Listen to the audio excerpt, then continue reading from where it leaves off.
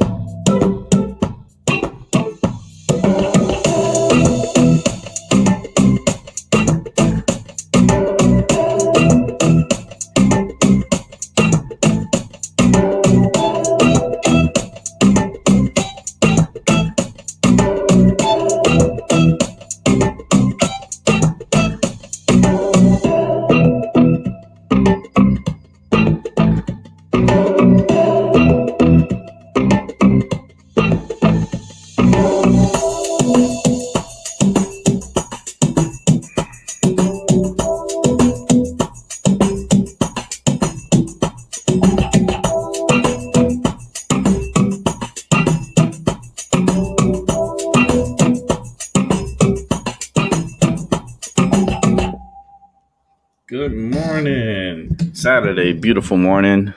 6:03 a.m. in the morning here, May 15th, 2021.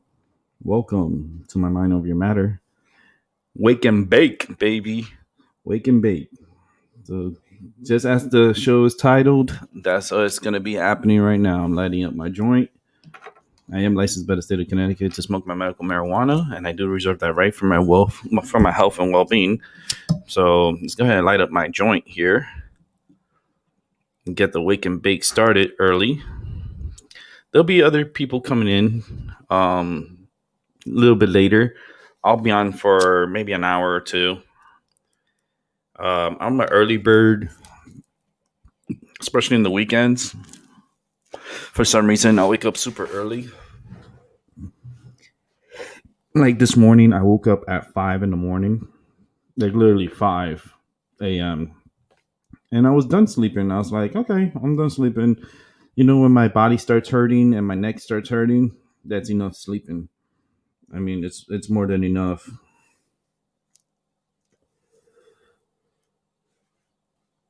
So yeah, I was just decided, let's try this. Saturday mornings. Come on, do wake and bake. In the future, there'll be a lot more people, a lot more pothead smokers will come through. I'll advertise this Saturday morning affair in the near future. Let's see.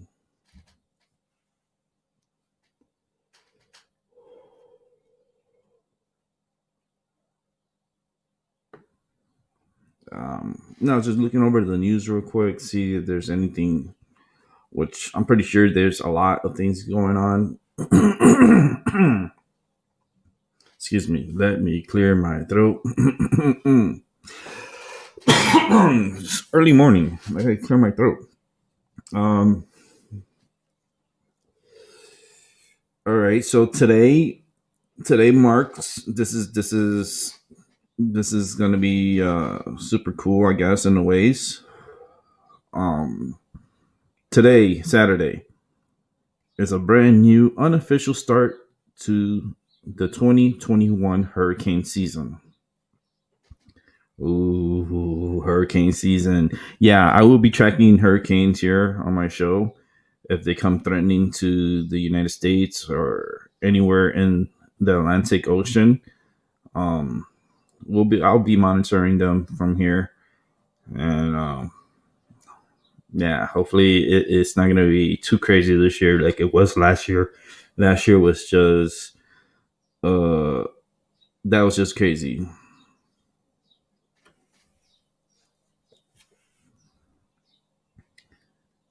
Let's see. Go ahead and man, I gotta get my candle lit. Gotta light up the candle because like I don't like to flick all the time with my bic. Flick with my bic. Flick with my bic. Flick with my bic. Nah, nah. But I like to turn on a tea light candle. One, it's warm, of course. It's fire. It gets that energy, and I have that energy lit next to me. But the fact that I don't need to continuously flicking my lighter and wasting the gas of my lighter, I could just turn on my joint with a tea light candle. And tea light candles are very inexpensive. They're not that expensive.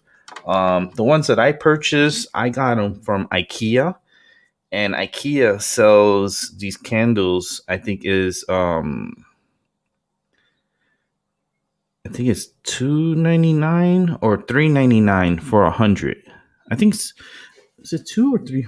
I'm and now I'm like dumbfounded. I'm like, wait a minute, how much was it? Was it $2.99 or $3.99? Um, for 100 pack. And let me tell you, 100 pack. That to me will last me like 60 days, 60, 70 days. Because there's days that I light up multiple times. Um, but I'll continue using, you know, tea lights because they're very cheap and like they last a long time. Once you turn it on, they can stay on for like hours. And I like to, we gotta stay, we gotta be green a little bit, right? Stop wasting. So I try to not to waste so much gas off of my lighters. Trust me, my home, if you were to come here and the world's coming to an end, this is the best place to come to because I got pretty much everything you need to survive. And not only that, but I got a lot of lighters. Oh my goodness. I have a lot of lighters. I have packs and packs of lighters. And it's like, it's not like, it's like, I have over about 20 lighters. They're like, damn, Rick, why you have so many lighters? Well, because sometimes I come across really good deals on these lighters, and sometimes like they have sales. Um, like when I went to Walmart, I saw this pack of lighters, and they were 5 lighters and get 2 lighters free. And these are big lighters. These are really good lighters. And I'm like, for the same price as 5 lighters, I'm getting 2 extra lighters for free. Hell yeah! So I go ahead and I make that purchase. And I tend to like make little purchases like that, but I know something like lighters. That's one thing that's not gonna like go to waste. I mean, there's gonna be days that you're gonna need it, and especially for emergencies, you're definitely gonna need it. Um, it just, man, it just sucks that nobody's here yet. What's going on? I know Albie's gonna be on. He said he's gonna be coming on. So let's hope he comes through. Let's hope he comes through and hook us up with some laughter and some positive energy because it's a beautiful Saturday morning.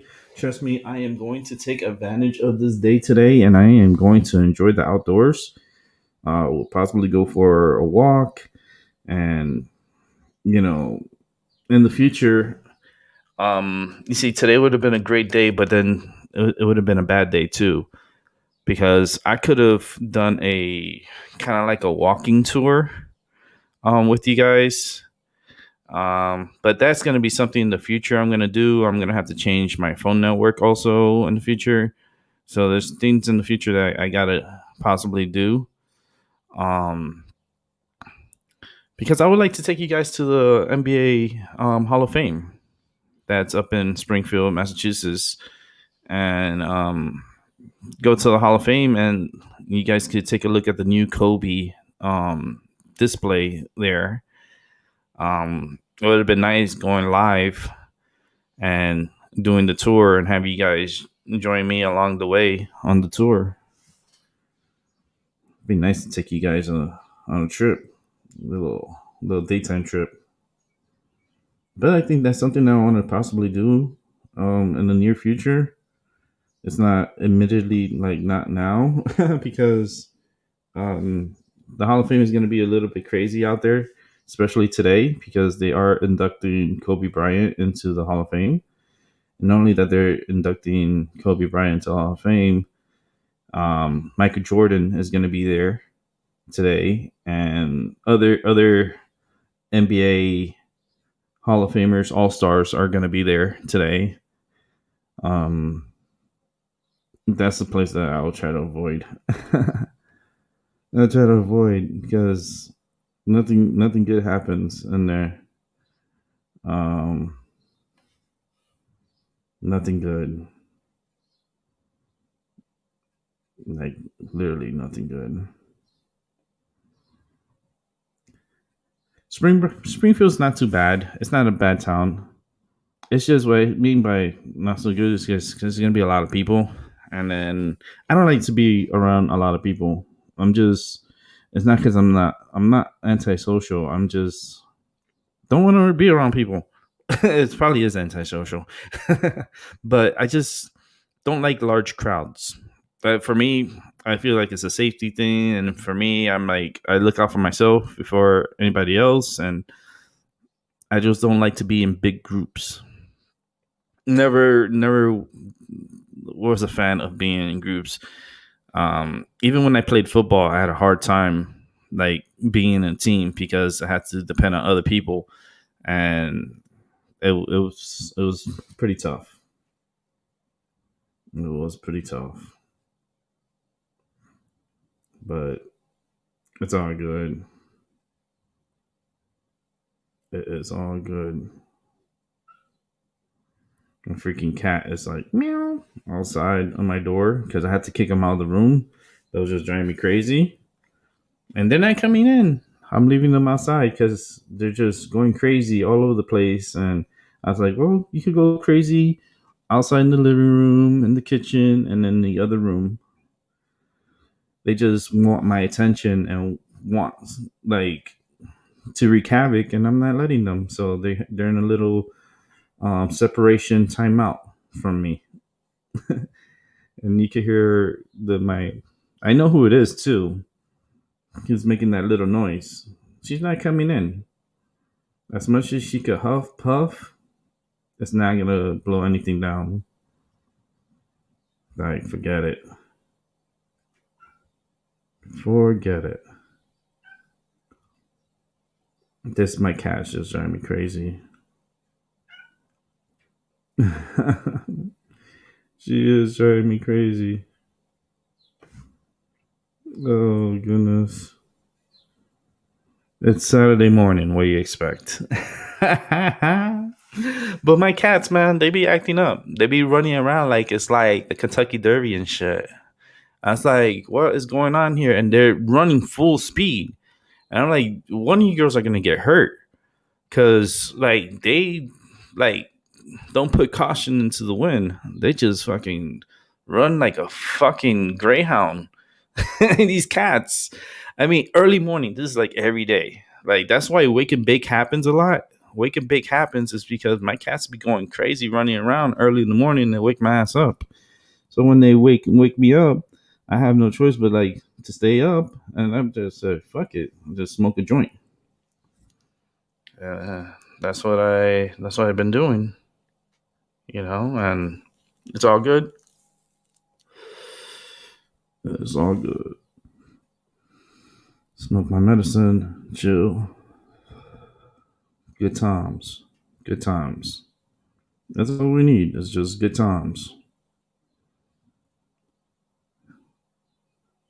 The world is a cool place. It's a cool place to explore. Go out into nature. Be careful because there is a lot of ticks. For like, there's a big time tick like explosion. I don't know how this happened or like what's really going on, but there is a massive tick outbreak. Um, and if you don't be careful with ticks, they can give you Lyme disease, and you don't want Lyme disease.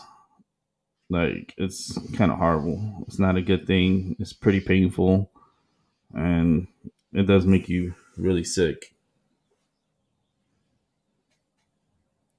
But it's all good, because it's nature, and if you're gonna go out into nature and stuff, and you're gonna be out and about,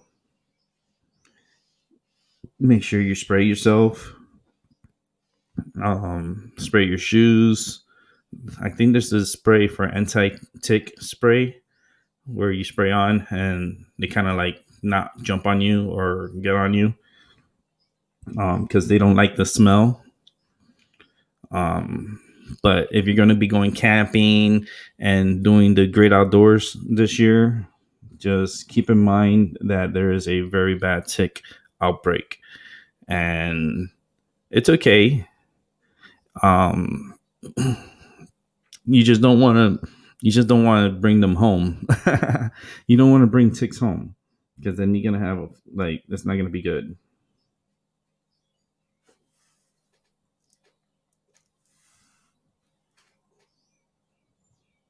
Let's see.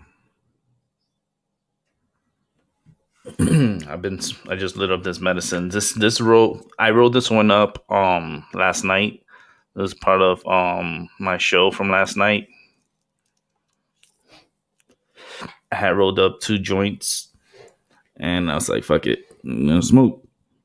And that's what I did. I smoked the first joint, but then I saved the second one for this morning because I wanted it to be a part of the wake and bake. And that way I didn't have to roll up anything this morning. You know. But it's all good, man. It's Saturday. Feel good. It's cold. I mean, cold for some people. I mean, for me, I feel good. I feel comfortable. But for some people, a lot of people that I know, this is cold. It's just my body is so like numb to the cold. So like it could be 40 something degrees outside and I'm here sitting with a shirt and shorts. Like to me cold is like in the 30s. Once it gets into the 30s, then okay, my body starts getting cold. But right now it's 45 degrees outside. It's let's see. It's supposed to be 77 for a high today. So today's going to be a beautiful day if you want to go out for a stroll or go out to eat outdoors, it's a great day today for that here in my neck of the woods. It's going to be sunny all day today with no clouds in the sky. It's another beautiful baby blue morning. Uh, it's so weird how we think and how we think, because, like, for example, morning, because it comes all the time, every morning. This you deal with morning, but it's just the rotation of the planet. It's the planet rotating, but we see it as a new day, and it's not a new day. It's a new rotation. It's not even a day. It's the planet rotating. And it makes it seem like, that's why I'm saying, like, they have everybody like hypnotized, like in all phases everybody's hypnotized. And like for me, I'm more awake than anything, because like from the shit I went through with my health and dying and coming back and having the stroke and having so many things happen to me, that my mind is like half dead, half alive, and able to see a lot of things and catch all the bullshit. And you just see it. I see it. I see people. I see what they're for and what their value is, and like things that was taught to me as a kid. Me now feeling that it was just a brainwashing mechanism. They keep you in school for 12 years to brainwash you, to manipulate your mind to thinking a certain way. And then they release you into the world hoping that the information sticks, while you're out in the free world. I don't know, man. To me, I just think that's a fucking big time setup. We got set up. That's what it is. We got fucking set up, and we're not good. Not good right now. Times are not good. Things could be better. I would love for things to get better. Why not, right? I would love for things to get better, but it's just not happening. They're gonna try to do it. They're gonna try and manipulate everybody's minds. They're gonna try to manipulate everybody's minds. Um, and the problem is that they're doing it, and they're doing it every day with your televisions, radios, your cell phones, your laptops, anywhere they could try to get to you, they're gonna try to get to you. And now there's addiction. There's this big time addiction to the internet. This is going to be the biggest problem coming up in this century, which is the battle of the internet with children, on the internet. Cell phones is going to be a horrible problem. It's a problem now, and it's going to get even bigger problem, because they constantly attach to their phones. Like, you see kids these days now, parents are giving them phones, but without the phone network, but apps so they could play and stuff. So they're already getting that digital information into them. And the parents are not really knowing, because they want to keep their kid occupied and happy. We got to keep her happy. Give her the tablet, give her the phone, give her something. It's like, how about take the kid to a park? How about interacting with your child? How about how about spending time with them? It's like parents these days, right? They're so busy because they gotta work, and they have to support the family, and they have to pay the bills. So they don't have the energy or the time to take from their routine to properly monitor their own children and take them to have, fun time. And no, it's more like neglect. And I feel like the easy way out, they just give them a tablet. It's like, here's your tablet, here, play. Or here's a cell phone, here. And then these kids get hooked at an early age. I'm telling you, technology is the worst drug right now. You know, the internet is the worst drug right now. It's worse than any scheduled controlled drug at the moment. Because remember, like technology hits you as soon as you're born, and there's no way out of it. There's no way out of it. Everyone's hooked on technology. You're all addicts. You're addict to technology, especially to the internet. Because boy, oh boy, the first thing people do when they wake up is check their phone. That's already programming. You've already been programmed to always check your phone, check the weather, check the news, go through your emails, check your games, and, continue off with your day checking your phone. And that sucks. That really sucks. Hey, my Sky 5D, how you doing? Hey, I've heard it's an inside job and we change things around us change. Yeah, I mean, it is an inside job. Definitely they're doing things, and it's because my mind is so open right now, and I see and I hear things, and like the words that come into my brain, and it's like whispers, because it's kind of like it's not like a thought that comes in, it's a whisper and I can hear it. And sometimes it's just a little intense and how like the message comes into my head. But yeah, we were set up at birth. At birth, we were set up into this nasty, timeline where we're dealing with pretty much alien technology. Um, a lot of alien technology. Um, Not from here. I mean, humans, they're smart, but it's like a lot of the things that like are put together and stuff. It it's just really way high advanced, especially now with these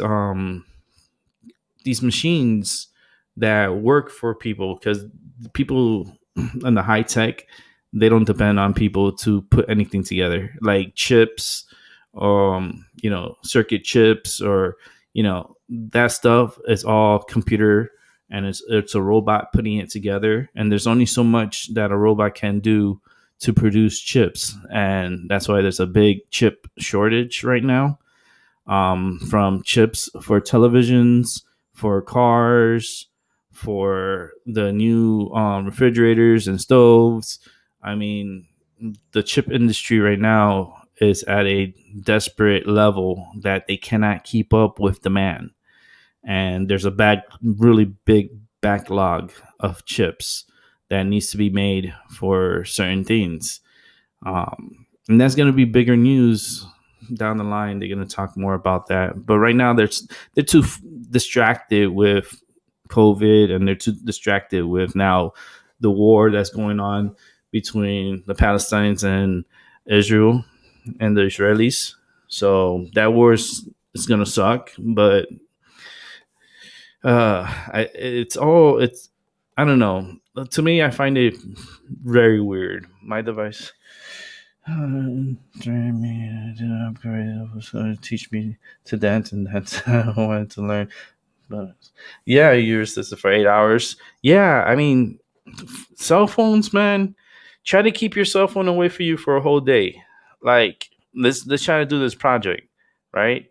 You get your cell phone, you powered it off, and you just put it somewhere, and don't go for it for a whole 24 hours, and see if you can handle not having a cell phone, or not depending on a tablet or a computer or a television.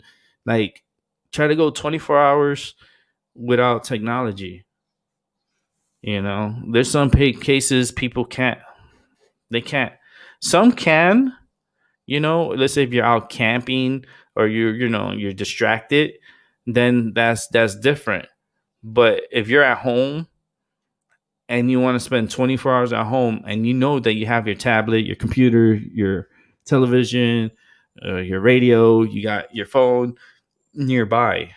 How tempted are you to run and get your phone, to check things out or check Facebook, check, I don't even do Facebook, check Facebook, check your Instagram, check your whatever apps. There's so many apps now and so many like, ugh, I don't even be a part of it. I am not a part of no Instagram or no Twitter. No, I have a Facebook, but I haven't even been in there in over 9 years. So I don't depend on social media. I really don't. I don't care for social media either.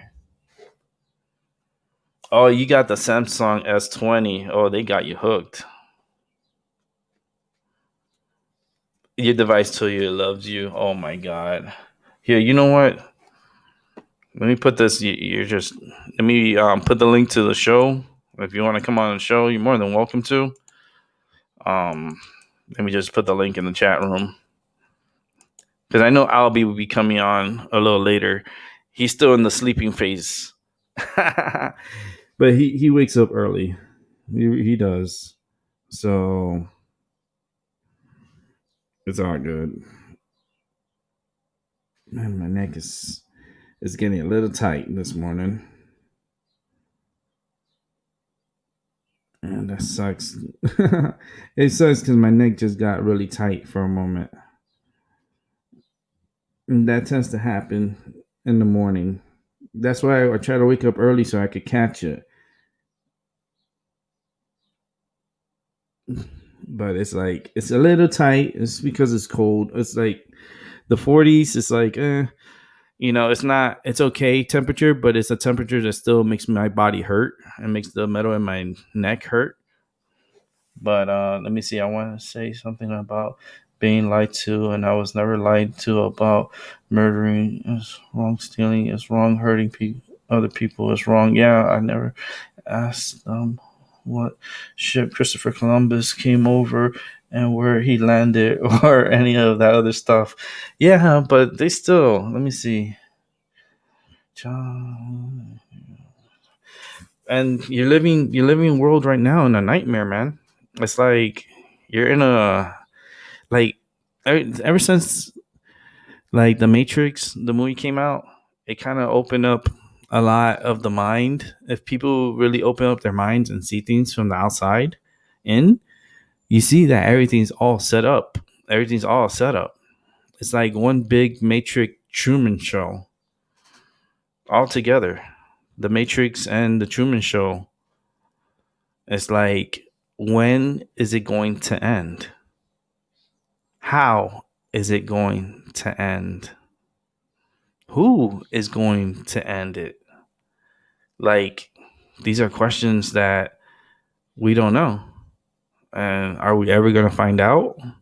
No, because our timeline, we're only here for a short amount of time. If I was to give, all right, let's say 100 years of life, that's still not enough. That's nothing. That's like a a little spit and the universe's timeline. Um, 100 years of life is really nothing. It's nothing. It's not much of anything. But let's go ahead and bring in my Sky5 D. Hey, my Sky5 D, what's up? Good morning and good day to you. Yeah. I'm living in Portland. It's whatever you see on the news there, that's Mhm. kind of like how that shows our town all out of control and stuff. That's all only being done like kind of in front of the cameras. And hold on, I think I just turn my other browser off or something. I can hear the echo. Ready to pair. Turn that off. There you go. Yeah, there, better now? Yeah, I think we Oh can yeah, hear yeah. it. Very cool. Oh no, did they take me off? Okay, here we go. Here we go. Don't want to cut everything off. We're still on, right? Good. Yeah, it sounds like the phone, is controlling you. So, like, let's say this. I'm not sure what your concept of God is, or source, or the creator of all this, or if there is one. But here's mine. Like, all this stuff that we hear about being done to us is very, professionally dropped on us, or given to us. All the details about chemtrails, every molecule, every element, every motive, every application, it's lined out like a trail. I mean, if these people that bring this to us like this are so freaking brilliant that they can tell us everything that they're doing because for some reason they have to tell us what they're doing. And again, we'll get into that, but um and what is the only thing that they can tell us to do? Have you heard anybody on talks about being a truther to what we could do? Except they want us to tell people around us the narrative, the LARP, the Mm-hmm. running narrative of all this stuff that we've attached to. That myself, I really can't go out and find a FEMA camp roundup officer on my corner. I can't find a FEMA camp that's made into a Walmart that's made into a FEMA camp. I don't see police and military rounding people up around me. No one's missing that I know. I don't know the evidence is we can get online and we can make ourselves believe this stuff so much that what if it's working like a reverse placebo? That if there is a nefarious side out there, that they want us to buy into this so much. When you're sick and they give you a pill and they tell you it's going to make you better, and you're in a Mm-hmm. blind study of that, placebos can work. People can be cured and feel better and get through Mm-hmm. their illness without a real thing. Mm-hmm. No, if they're smart and they know how our psychology works, all they really have to do is get us to believe this narrative that they put out. And what happens? We, with our creative powers, with our our minds kind of create our reality around us.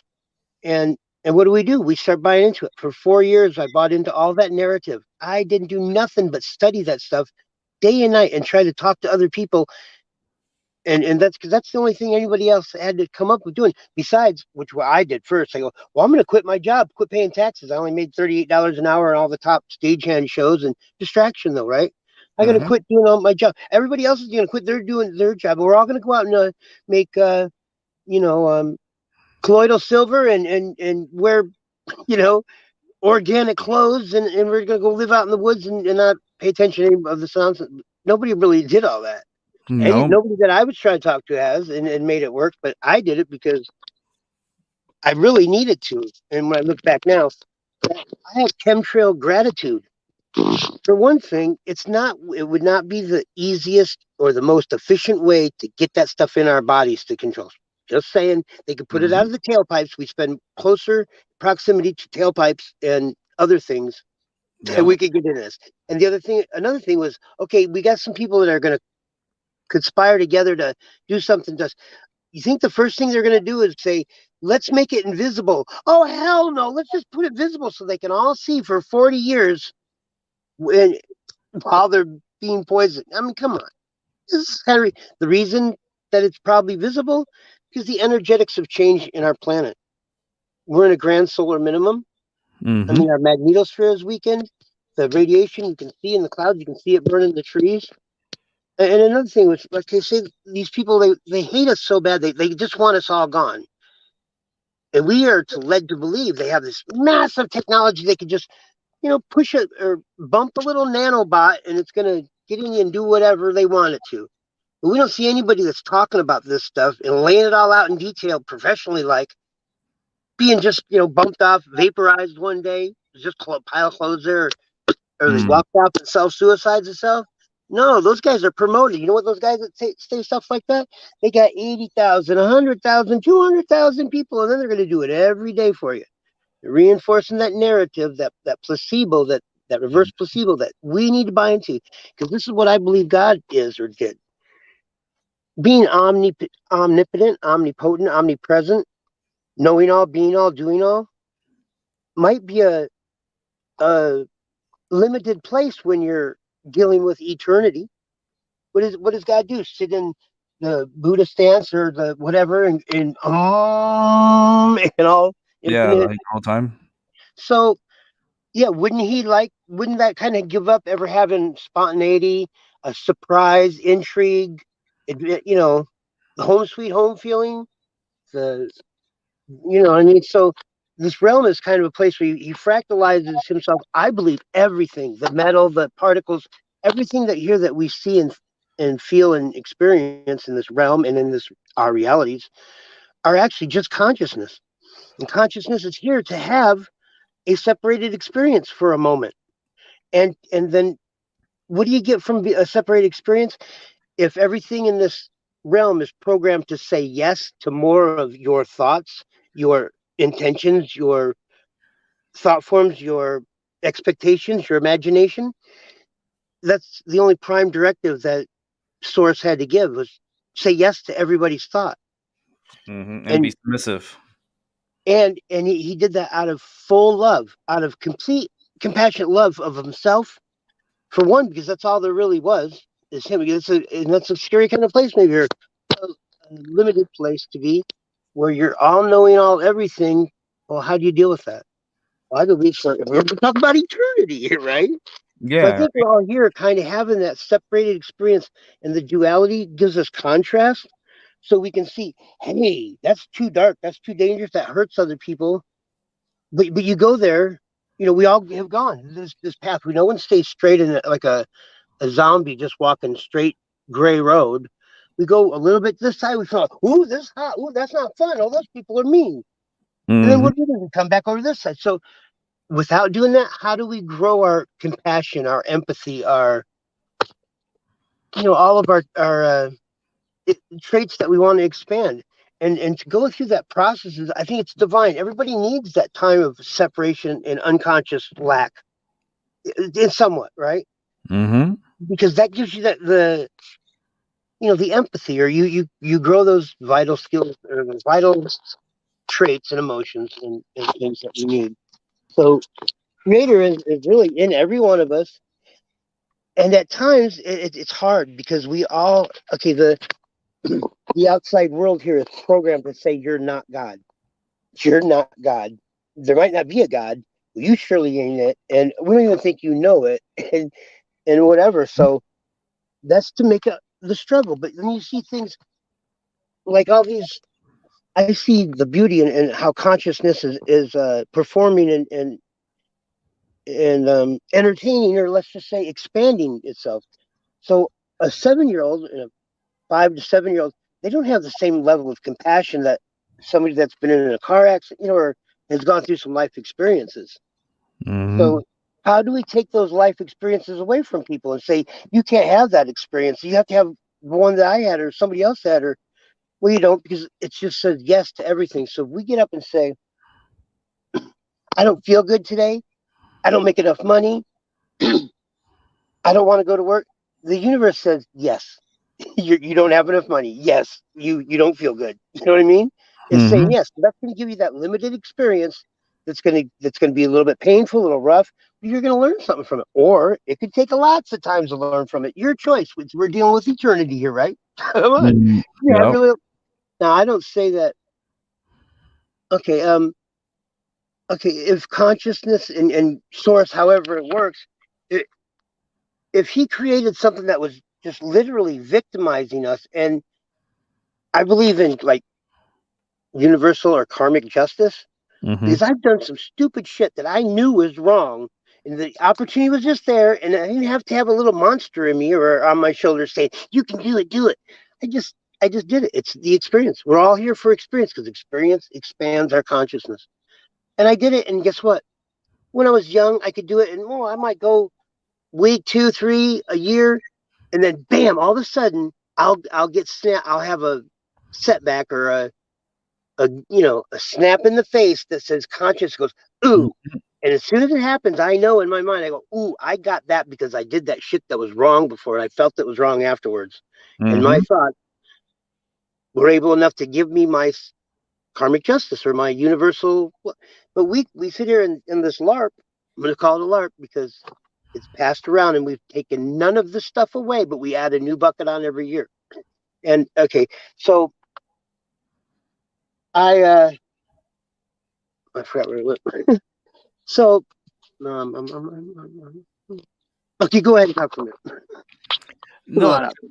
Okay, yeah. no. Okay, so how do we have what we see in religious texts is all is one. Treat. your neighbor like it's you. Yeah, he's You know, supposed to be don't one. judge anyone else, or you'll be judged. Isn't there something that's pointing to it's all one? Mhm. That there's some connection that we all have to something, and I mean, it's hard to come out and say that. Hey, you're God and I'm God, because we're here with a certain density and a certain limitation, put on us, and Mhm. that's because could you imagine a whole bunch of little gods running around that could do everything that a big god could do without the skill and experience of those things that expand your consciousness and grow your empathy and passions? Mhm. So I could see myself. Okay, we don't want to tell all these people, all these rich millionaires and whatever, that they're all evil because they got all that money and they can do all this and that. Well, hey, wait a minute. First thing is, you know what would happen if I would have had even a fragment of their money? First thing, I would have got so drunk, so sick on drugs and this and that, I probably would have died or killed or hurt other people. It's Yep. not easy to have all that freaking money and then have No. people let you do whatever you want. You would come to your own demise. The universe would handle you pretty quick, is what I'm saying. So to sit here and believe that these people do this stuff to these little kids and that we need to talk about that to our neighbors, like my mother, my grandmother, and my grocery store clerk and my gas station attendant, is going to have a way to stop that shit. There's people that raise their kids to be those kind of people that round up there, get those kind of people. And I think conscious steps in there after a point, and you get the karmic justice. I mean, Mm. how could you do something like that and think you weren't going to get it? I've taken some shit. Okay, I bought some weed from a friend up there in Colorado, and he ripped me off, and he wasted my day, all day doing his shit. I got pissed, and instead of going up and saying something or like a man or just however handling it, I went and took my wrist rocket out and started flinging rocks through his window, and then jumped in my car and booked. Guess what happened? The first freaking corner, I hit the curb, and boom, there goes my tire. Well, here comes Mm. the neighbor coming out. Here comes the guy coming out. Oh, fuck. Did I get away with nothing? Instant justice. Mhm. You know what? I could have planned that. No. Are we saying that if I would have, for days ahead of time, wrote little secret notes and little symbolistic code that we don't that guy didn't understand, that if I did that I was going to get away with it because I told him in some freaking way? No, No. justice ain't going to work. Oh, because you told. But if there was a nefarious side that was sworn to do bad things to us, would you ever want to listen to them? Would you ever believe anything he said? No, but they got this clause in this LARP that they gotta tell you to get away with the corporate justice of it all. How? Mhm. If I took and put little notes and graffiti and all kinds of shit at the bank down here, and then one day I come in and rob it, that's gonna let me get away with it? I don't know. You know what I mean?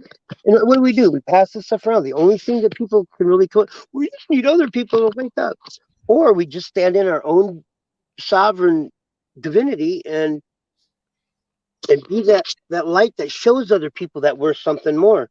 I know it now. I've got some. I had those experiences I had to go through to learn the what I to know and be able to accept that. Hey, I have angels and things in the clouds over me.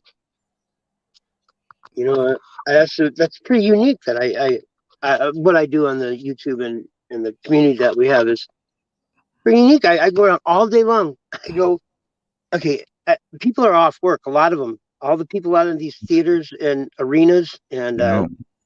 and entertainment, Mhm. those are big blocks of people that used to go to work every day are home now with time to think what the freak's really going on. It might look like my job might not come back, or how long could this go? They're asking questions. They're spending time with their family. They're doing things that they usually don't do. They're having a little time out so they can expand their consciousness. Because I asked for the virus. I think it was perfect. I didn't say that's how it was going to be, that avenue, but I was talking to a friend. I said, look, how do we get one catalyst that's going to affect everybody?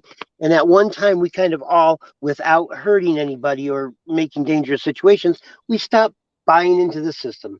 There's just a common goal that we can all look at and say, we're going to go that direction and do it. It's. I couldn't think of one really. I thought the clouds might do it because they're so photogenic and they're interactive and they're beautiful, and there's an energetic connection that I get from it. It's helped me get off hard drugs and remove some bad relationships and thought forms and stuff. So Mhm. yeah, so And the clouds change every day. They're not the same pattern every day. Wait a minute, but I have repeat visitors. Do I have you? I have repeat clouds that look very, very similar. You tell it's a brother or sister. It's a different type of cloud form or type. And Mm-hmm. so I think again, consciousness, source consciousness, put a prime directive here to creation to always give more of what people put their intent into. So consciousness is here not to just have a separated experience. It's to go through that whole process and experience every epoch that Mm-hmm. comes along. Look, an epoch is like all music, Broadway plays, rock bands, hip hop, jazz. That's all music inside. That's an epoch. It's here to entertain us or to experience every epoch. I don't know what happens in. All right, I was messed with because I was sent to a military school in an orphanage, a Catholic orphanage and stuff. So I know how shit happens, but in a way, those kind of traumatic things are gonna expand your consciousness eventually. Yeah, it gets imprinted. Yeah. So if you have something like that happen, you're gonna be able to, in the future, have the kind of empathy and care and compassion that you need for somebody else because you've learned. You might have went through some hard shit. There's gonna be some rewards. If you're serious about things. And some of us could be here not signed up to know anything. It takes people to run the show, to run the everyday day to days, right? They're Mm-hmm. just not signed up to take the. Here's, I think the trick is because they say all is one, everything is God. God is omniperfect, omnipotent, perfect.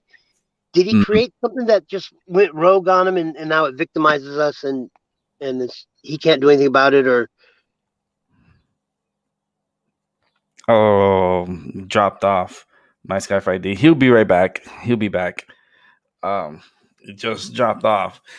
But it's true because like did God make mistakes? Supposedly, right? Because that's the Almighty, that's the one that's overseeing us and everything. But then you continue to hear all these craziness that's going on around the world, and our gods are like not there helping, not there responding, and it's like, it kind of feel lonely because they're not there, you know. And it's like you're the god now. We're the gods because we're here now. This is our reality. So we're the ones that are supposed to make good the greater good, and it's just not happening because you look at the chaos that's going on every day. You know, you have the most craziest things that happened.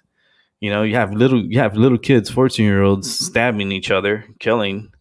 You know, yeah, 14-year-old stab a 13-year-old or something like that. That just happened in Florida, I think it was. It's just crazy. Like the world is just very weird, and even the birds are fighting. You hear that? Instead of being happy, they're all fighting. It's like, why? What's going on with this negativeness? It's like we need to learn how to get along and help each other and be at peace. And did Jesus make mistakes? Hell yeah. You know, I feel like I don't understand, but I feel like TMZ was up in Jesus' ass throughout his whole life because they have him worded word for word everything that he did.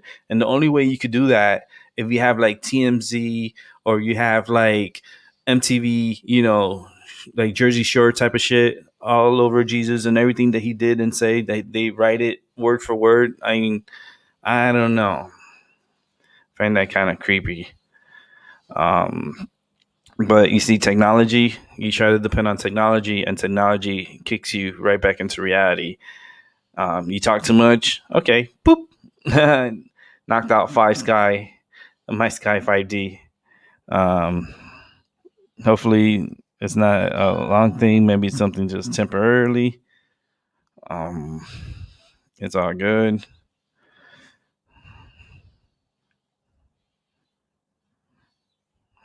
I'm just, like I said, I'm here smoking my medicine, chilling, listening, having a cool time here. Um, it's a cool thing. Cool, cool morning, beautiful morning out here. We're in the 40s. The birds out here are really, really going at it. Um, Man, I should get a bird feeder and just put a bird feeder out there. I probably get one and just put seeds out there for the birds, and I'll hear birds constantly. Hear birds over here. Yeah, be careful because the cats out there they'll grab a bird and eat it. But you can hear them. They're loud. They're not like quiet. They're really loud. Loud ass freaking cats. No, that cat's birds. And cats too. Because sometimes my cats be out here and they were like meowing like crazy. But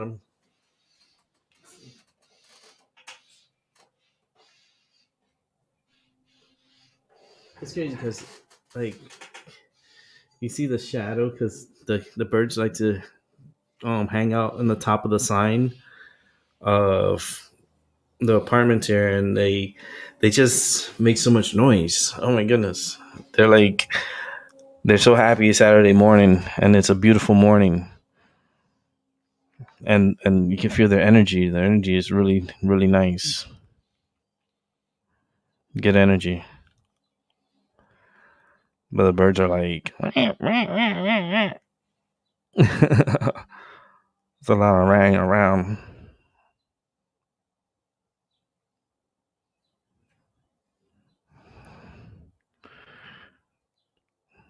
Just like to listen to them. Like take a moment to listen. It's good to listen.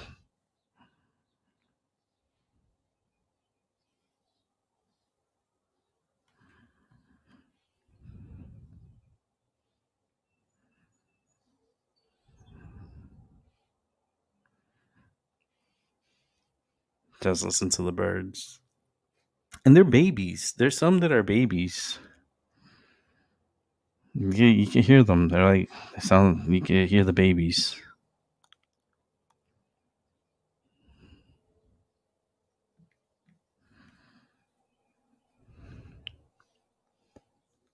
Yeah, it's just these birds are just really wild right now. They're wilding out. They're like meow, meow, meow, meow, meow, meow. And that's all you hear. You hear the baby, the birds.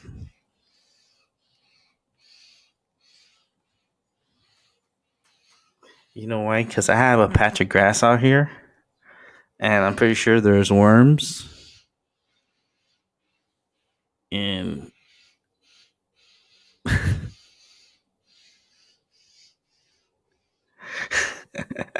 you can hear them. They're so like talkative.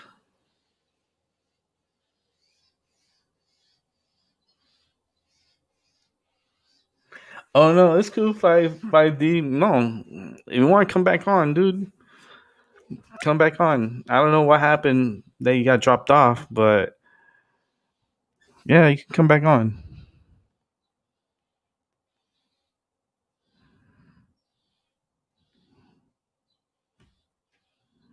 You can come right on. I'm here hanging out, chilling. Beautiful Saturday morning here in the East Coast. I'm in Connecticut, but we're 3 minutes till 7 a.m. here, and it's a beautiful May spring morning, May 15th, 2021. It's a beautiful morning for sure. Baby blue skies. The sun is shining very bright this morning. It will get brighter as the time. I would say for the next hour and a half, it will be bright until it passes over, and then I end up being in the shade because the way the building is set up and with the sun, it kind of like you have a certain amount of time of sun, and then once it crosses over to the other side, then everything on this side gets shaded. So it's all good. Let's go ahead and bring back my Sky 5D. Yo, so Okay, hold on. I'm trying to get my other browser. Well, that do it. you're Yes, on. sir. Yeah, Nice. Yeah, I had to get the other YouTube browser off first. Yeah. the So. It's hard. I get going on this stuff. I constantly talk to people. Everybody in my physical proximity. If they get within 5 feet of me and I have 3 minutes or 2 minutes, drop my message on them. Put a positive spin on something. That when I show them my videos with, if you realize that none of those have editing or filters in it, all Mm-hmm. that plasma rainbow and stuff up there, Yeah. I have a phenomenal amount of content. That's the totality of my work says something way more than government. And you think about it when they put those trails up there, what's the first thing people do? Um, I mean, what it does is it limits our higher thinking about it. It's said in the Bible and some other things. Just going to take a little snippet from here. You know, that that God will pour the Holy Spirit out on the world. Well, what are those chemtrails doing? And I'll tell you what, they were there to keep me awake. I bought into that negative narrative. They were there to look at all the time, and it kept me moving on the process of it. But you know, I believe they're probably spraying something up there to monitor the magnetosphere because we're in something called a grand solar minimum. Our sun hasn't put out nearly any activity of solar flares or mass ejections and CMEs and stuff, right? So that weakens the libido of our magnetosphere. It's like diminished, they say, by 15 to 20%. All those extra cosmic rays and particles are getting into our atmosphere, and Mm-hmm. that stuff comes down in the poles and it starts charging up those jet streams, and we see these superstorms breaking out. But these superstorms break out, but you're not getting thousands of people dying at one time, like a weather warfare weaponry. Oh, they're just going to practice all along and take 5 out here and 15 and 30 out over, you know. So the um the magnetosphere is very important to us. That's some electromagnetic bands that have a ring around the north and south pole that extend way out into space and come back around to the other side. That blocks those highly charged, super fast, tiny little particles that are coming through space. That can cause us havoc. If you ever set out in the sun, went to Florida when I was in 6, 7 years old. All day, got suntan lotion put on me in the morning. I ran all day long. They tried to tackle me down and put some on at lunchtime, and I ran till the sun went down. I was burnt with like 1 inch blisters all over my body. They were huge. I was so nauseous and so sick from the radiation poisoning that occurred, and I couldn't be touched. You know, I was freaking miserable. That's something that I'm afraid of. That hurt me Mm-hmm. instantly one day, and it was visible, and I was sick and I was dying. I mean, as a 6 year old, you think you're dying. You can't believe it's happened. I cried for 2, 3 days. Mm-hmm. So I mean, why isn't nobody worried about the sun so much? We're worried about these Another thing, I gotta tell you, I did a lot of self pollution. You know what I mean? Not just Mm-hmm. marijuana, self pollution. And the amount that I did, there's no way if that stuff was as deadly as they try to say it is to us that I would be alive right now. I couldn't do all that self poisoning and then take their poisoning on top, unless maybe, you know, the more meth you do or something, or the more cocaine you do, the better you are to survive. No, you know what I mean? Yeah. It's a LARP, and it's the part of the program. We're here to let others have their separated experience for all. It's the thing that we can do is as we expand is to just show, transmute and shine that light that you are the creator of your reality, and you're really there's only one being here, and it's fractalized into all this to keep itself occupied for eternity, kind of in a way. And I think it's just if we judge and we say, I'm not that Palestinian or I'm not that person because does this or that, we're just denying part of ourselves. How can we say, I think God doesn't deny itself. He won't. I think every road that goes, no matter what the experience that we experience, the epoch that we happen to represent or that we go through, it's divine. It's you know so I'm saying that I had that super good reconnection, self discovery moment out of this. That everybody talks about this awakening thing. Well, I had to go through a bunch of experiences even after I thought I was awake, and people have said, "Hey, you're awake or you're waking up."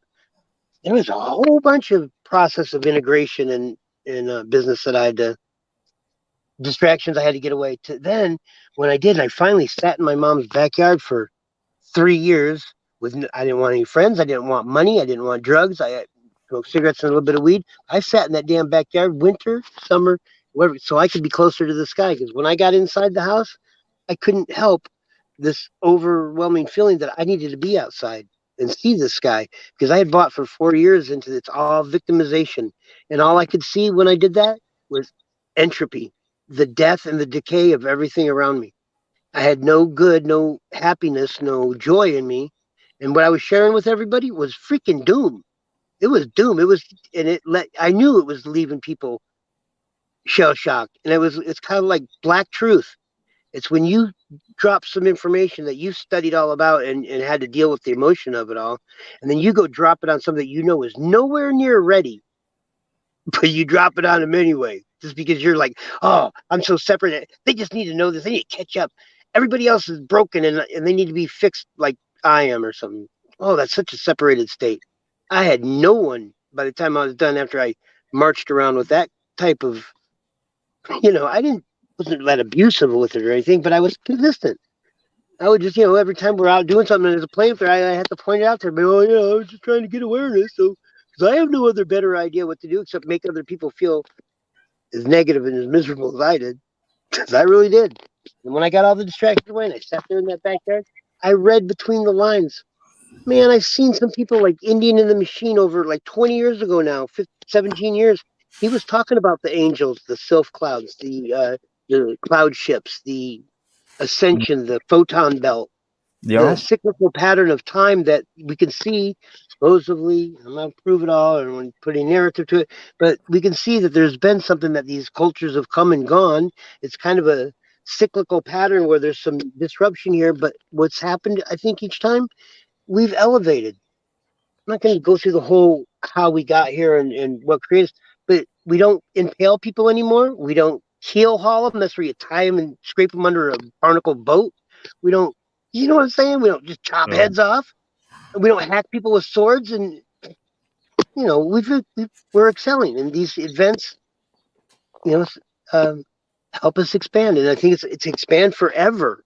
How do you do that? How do you be a all knowing, all this and that being? What do you do with that? Where do you go with? Oh yeah, no surprise. Oh, that's right. I missed you. That's, oh look at that. That's perfect. Wow, why didn't I think of that? Or oh my God, there you are. Or home sweet home. There's probably some benefit in having those kind of emotions and stuff and things. So Yeah, it's that energy and that emotion energy. mhm.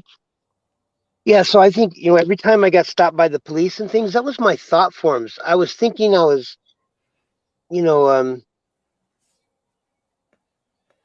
I thought after I did something I knew was wrong, I would think that I would get caught. I mean, I had such a guilty conscience or whatever that I knew, because it gets pointed out to you once when you get a little bit of universal justice or karmic justice, instant justice sometimes.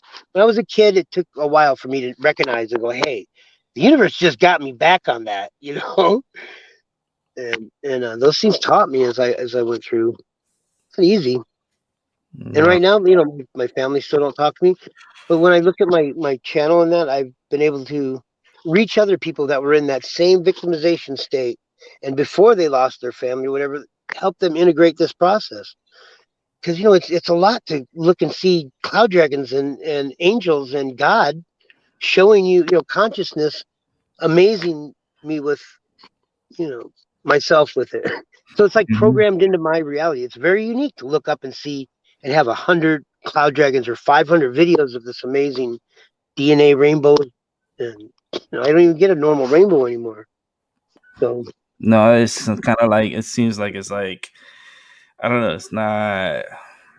It looks like it's like kind of like digitally like enhanced, but kind of like not normal ish. mhm. Because like I Well, remember rainbows, and I remember like the strength of the rainbow because mhm. they go by their strengths, and I've seen one that was like super like you see all the colors of the spectrum. Like it But was was it so was it a beautiful. It was in traditional Florida. arc? Was it a traditional arc rainbow? It was a traditional whole. It was the whole arch. Yeah, because I don't get those kind anymore. Mine are upside down, or they're two dots, the sundog rainbows, Mm-hmm. or two pillars, or an upside down with a regular half, and you know what I mean. I Yeah. got a video on there that's got 8 different types of rainbows. I got one that's got a spiral DNA that's coming straight down like a ribbon, or a spiral DNA, a plasma rainbow. Mhm. I don't put any filters to that stuff. I use cheap phones. Basically, this one I have now is the best one, and I had to do that because I didn't want to learn to dance that other dance. Oh, My device said, "You better upgrade." all right, you're being forced to upgrade. Mm-hmm.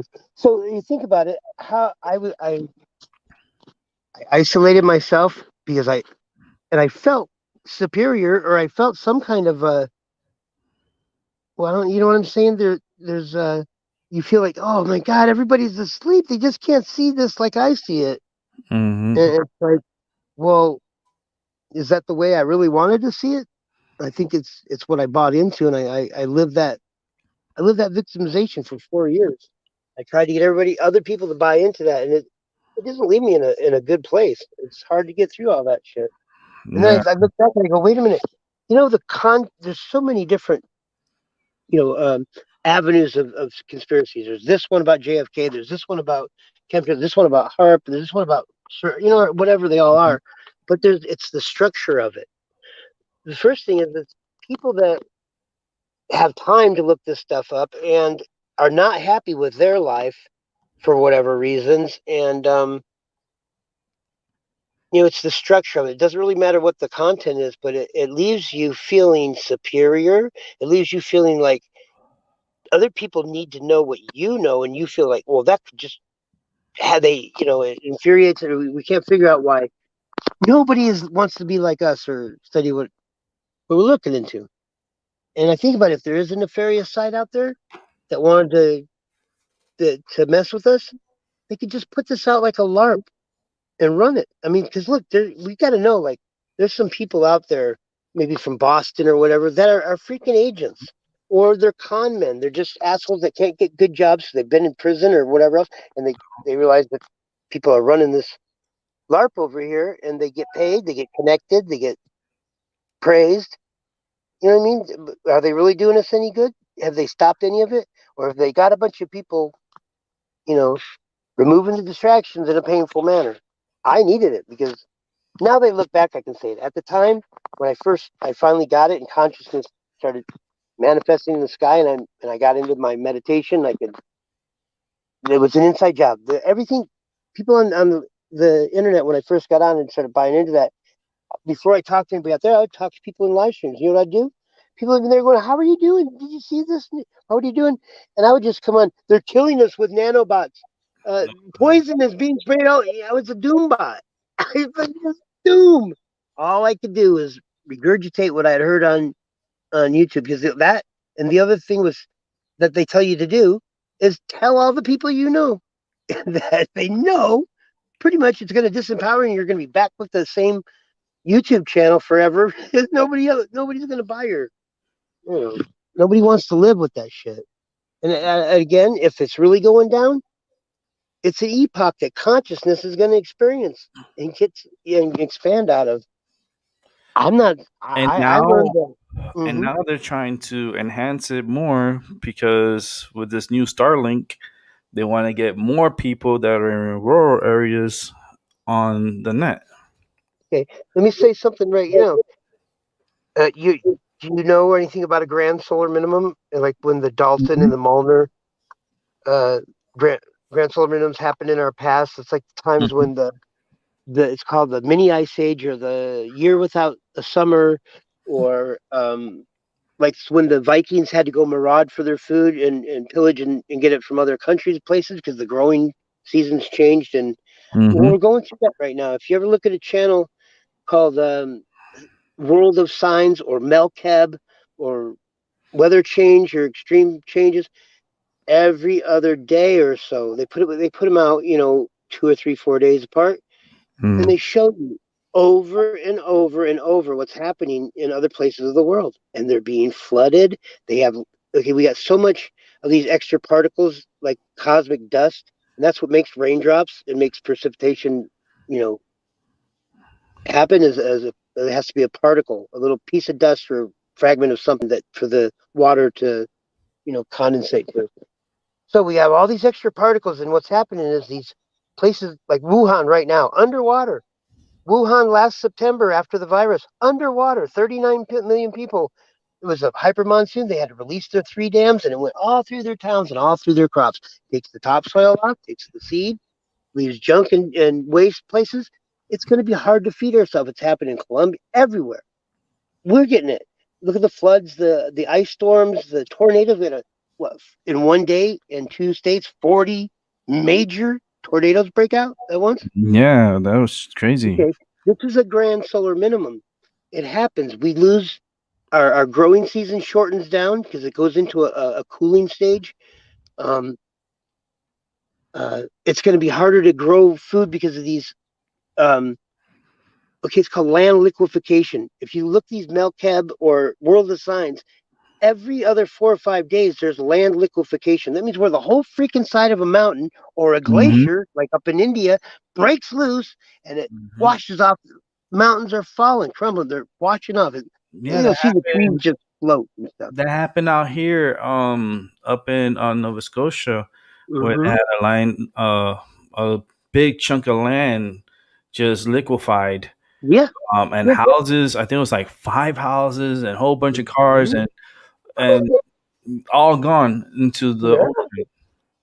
And it's happening all over like that. And now look, to believe that these government they want all that stuff to happen, they're not taking out significant amount of people for the effort that they have to put into it. They're doing the best they can because they know some shit's coming because it does at the 12,000 mark and at the 24,000 mark or 26 and 23 or whatever it is. We go through these epic changes, and it's when we go around our galaxy and we kind of come around toward the center of the center of the universe, where Sirius, our central sun or whatever is, Mm-hmm. and as we come closer to that around it, and we get more in It's proximity like of our that, binary sun. yeah, or so, and or just the universal sun, the invisible sun, sort of. But anyway, Mm-hmm. as we get closer to it, we go through that time of remembering, where we have high technology and a lot of art and everything else. Then we go past that halfway point, and we start going further away in our spiral around this galaxy, and we go into more of a forgetting state. So it's the iron, the bronze, the copper, the gold age, the four ages, and the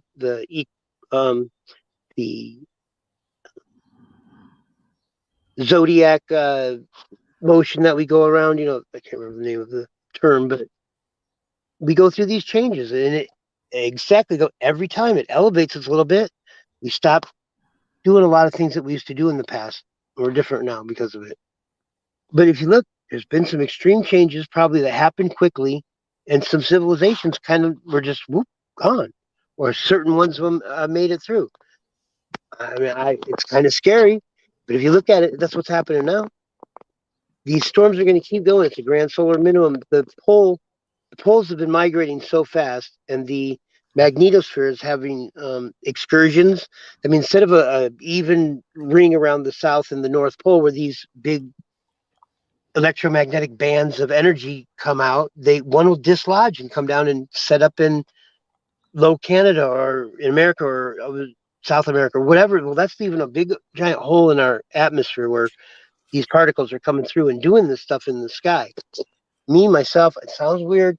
I believe the reason it looks all spiritual, and I have hundreds of cloud dragons and hundreds of these like intelligent imagery up there, is because consciousness is doling out what we can handle. We have all these layers of natural protection. But when they kind of fail, you'll see those planes will come out and they'll start laying these little strips right next to these freaking weird clouds like dragons and whatever else, right? Mm-hmm.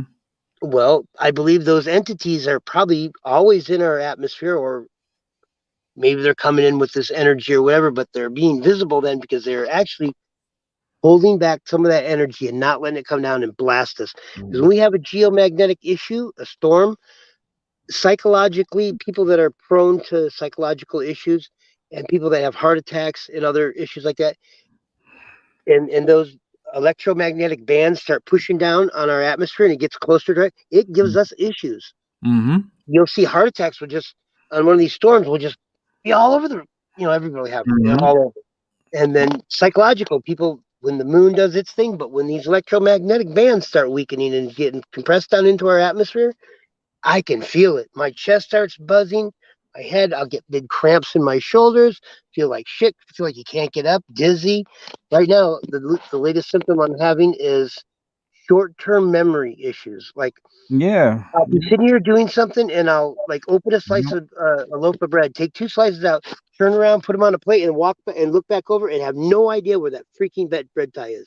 Yep. That's how short it is. It happens to me sometimes a lot, And actually. now look, I got reasons. I'm 58 years old, and I had a heavy drug use and substance thing. So My substance I I use is understand weed. that It's Alzheimer's and not. those other kind of things are real. And they said I just heard it again today on a thing where those kind of things will be pronounced and aggravated when those things happen. So instead of just a little bit of Alzheimer's that you're having, when we have one of those issues, man, it's gonna hit you harder. I can feel it. I see it in other people. I know kids that are 20, 21, 23. They work at the dispensary or something down here. The Mhm. kid broke down and he got angry at himself because he didn't have his pen or pencil on him. I go, wait a minute, there's 5 right here in front of you in this thing, and then right over to the next little um, checkout register, there's 5 more. I could see he'd been dealing with that all day. Every time he did something with his pencil, and then it was out of his hand. He had no idea where it was. He's 23 years old. He's not all burnt out on drugs or other reasons. I see that a lot in a lot of people right now. So that's just one of them. So I know my mental thing is being taxed a little bit because of the cosmic radiation and the magnetics in the planet. But because I know about it, I know on days like that, I don't do nothing critical unless I have somebody watching or somebody to help me with it, or I just have it well thought out. And I can't think things well out anymore. It just seems like that time when it says to live in the moment and let things go as spirit wants them, because I can't make decisions anymore like that. I don't. Things are changing and fluxing so much right now. I know better to. I've killed myself several times that if I had something critical I was doing, my wallet fell out of my car. I lost it the other day. That was 2 times in a month. Oh My man. phone dropped 18 times in 2 weeks or something, and it was Yeah, I've been trash. dropping my phone a lot too. I've been my Mm-hmm. hands. I've been dropping shit. Yep. I'm Okay. like, Good. I you're love it. not the only one. Yep. And I sit with other people that I know don't do the things that I've done in my past, and they're having the same thing, the same issues. So it's Hmm. something that's real. It's something that we need to be careful because really, when you look right now, you'll see the things that are happening in the world. We're having ammo dumps blow up. We're having refineries blow up. We're having ships go into. We're having some accidents that could be related to those type of things. Yeah. The critical positions that people have, and they have a momentary short-term memory deficit Yeah. cause some problems for us. No. Mm-hmm. And it There was is. 20. Uh-huh, there was like 25 cars or something in Saudi Arabia or one of those countries that out in an open desert at a Yeah. crossroad, they all smash into each other. Yeah. They had like these very expensive cars too, like Oh. Miss So, Maratis. so yeah. So what if this was one of those magnetic events and it started affecting people? They got dizzy, they get distracted or whatever, and it started a big chain thing. I don't know. No, it could be because there's a lot of shit going on, like a lot of hate, a lot of anger, Yeah. like especially in the Middle East right now between the Okay. Do you Israel. look at that and do you not realize that's a LARP almost? They have something called Iron Dome. Yeah, Send a missile up, shoot a missile down. yeah. And the way the news stations are just camped out on the story and they're all running this freaking Mhm. stupid narrative on us. Oh Come on, man, it's stupid. it's distraction But the again. thing But is, they don't want. that's a distraction. Not only that, but that war. These people been fighting forever, like That's a before script. Jesus. It's a script. It says in the Bible that that's Yeah, going to happen. It's a script. They know to pick it yeah, up because and it run happened with before. It happened before, even before it. Jesus. They knew it was Mhm. gonna happen again. It always Mhm. happens. These Yeah. They're always gonna knock heads. Always. Mhm. That's to the end Yeah, of times. it's in their DNA or it's in their culture and stuff. Like, yeah, Yeah. they ain't trying to change it.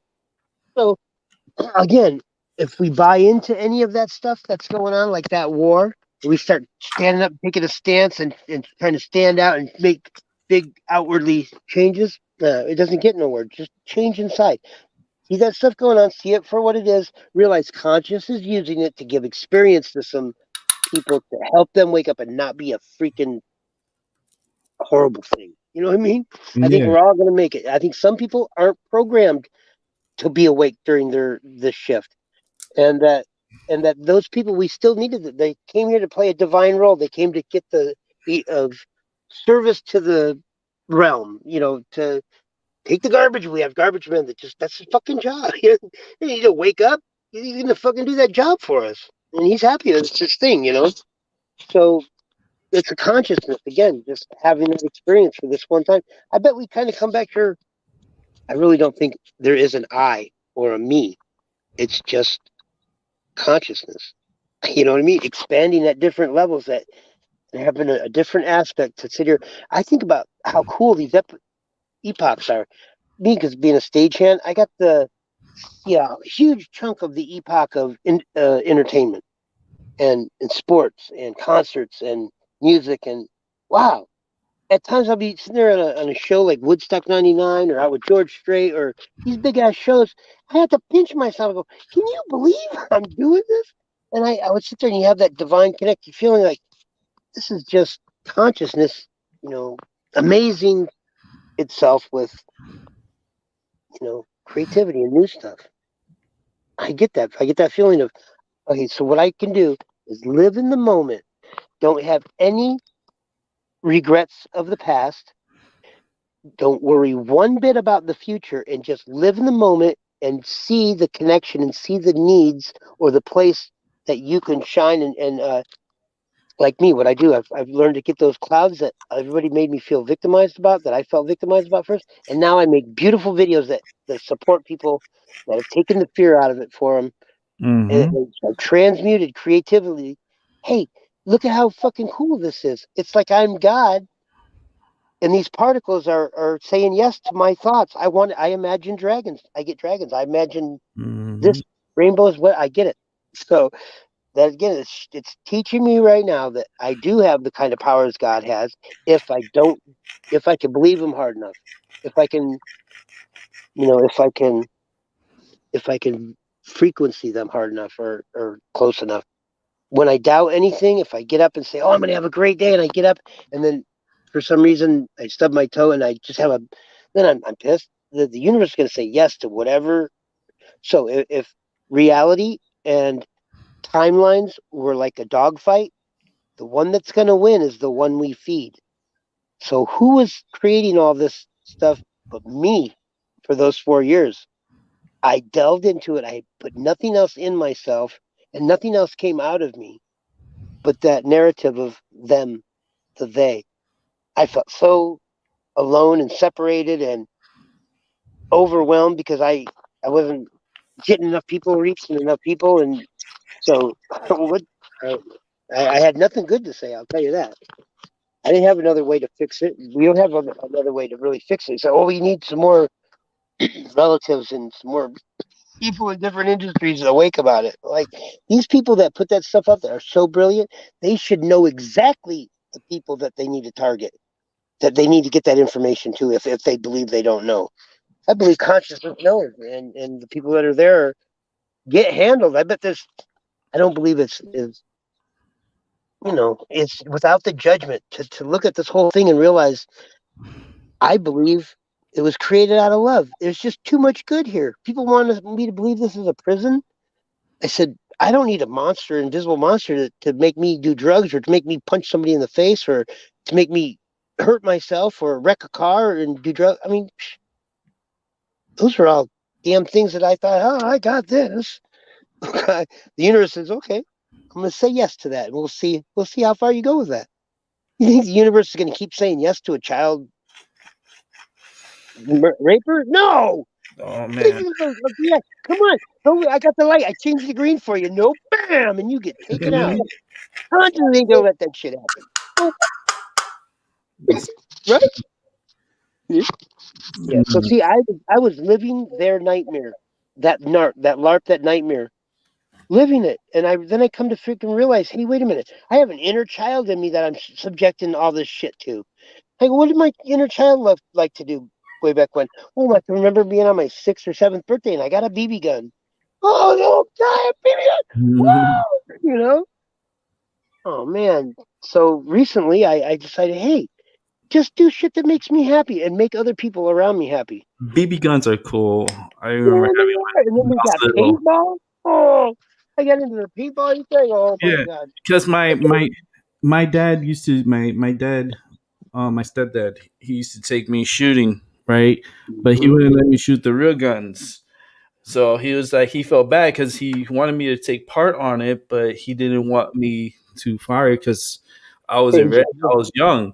Yeah. So he gave me a BB gun, Mm-hmm. and then he's like, practice your aiming before you step Mm-hmm. up. You have to gradually work your way up to shooting a gun. And I was Mm-hmm. okay with that. I was like, shit, okay.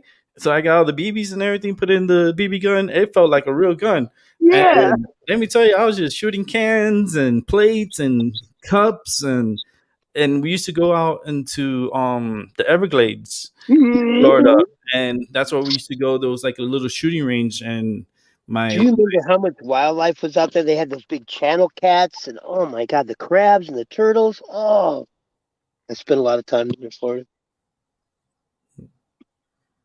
It's yeah, heck yeah. I loved it. I had great times. Like Mhm. it was fun. I did so much when I was young. Yeah. Well, I didn't because like in first grade, I got caught. Okay, I got caught. One of my first things I did was I took some bubble gum out of a convenience store or something. Right, put it down in my shoe. You got away with that? Hell no! Damn guy was sitting there going, "What are you doing? Get that out of your shoe! Get out of here! I'm gonna tell your mom." Right? Mhm. Oh wow, that was close. I thought I was being super slick. The universe had me pegged right away. Well, the next thing I do, well, it's summertime, and my mom's working at a Uniroyal, a new job, getting a career started for herself. And she leaves me with my grandparents. Well, they're 70, 60 years old. They're not going to keep up with me. I'm running the neighborhood, hanging out with this friend, trying to eat at dinner at his house and see if I can spend the night, do what I wanted. Well, one day I just didn't want to go home, and I went and did a dine and dash with my two friends. Went to a Walgreens where they had the little cafe in there. We ordered a cheeseburger and French fry and a milkshake. We split it between all three of us. Had our bikes all lined up outside. We're just going to eat. We're going to go act like we were going to get some gumballs out of the machine and just get on our bikes and go. Think we got away with that? Hell no. Mhm. Universe had it. Had the people looking, going, hey, 7 and 8 year olds don't come in here and do this shit. And they're out there waiting by our bikes when we get out there. Oh yeah. What would they do? They put me in the take me to jail because they're trying to figure out, well, who took food? Why do you guys need to steal food to eat? They can't. They're fast gas. Like three of these kids would need to do this, and I heard my aunt talk about it or something. So I just said, oh, let's just try it. My aunt got it right. Mhm. No, so they go, well, what are you gonna do with you? Because I would just run the neighborhood. My mom would come home at 7, 8 o'clock, wherever it was, and she had to go up and down streets, knocking and yelling for me everywhere, because I was just running the show.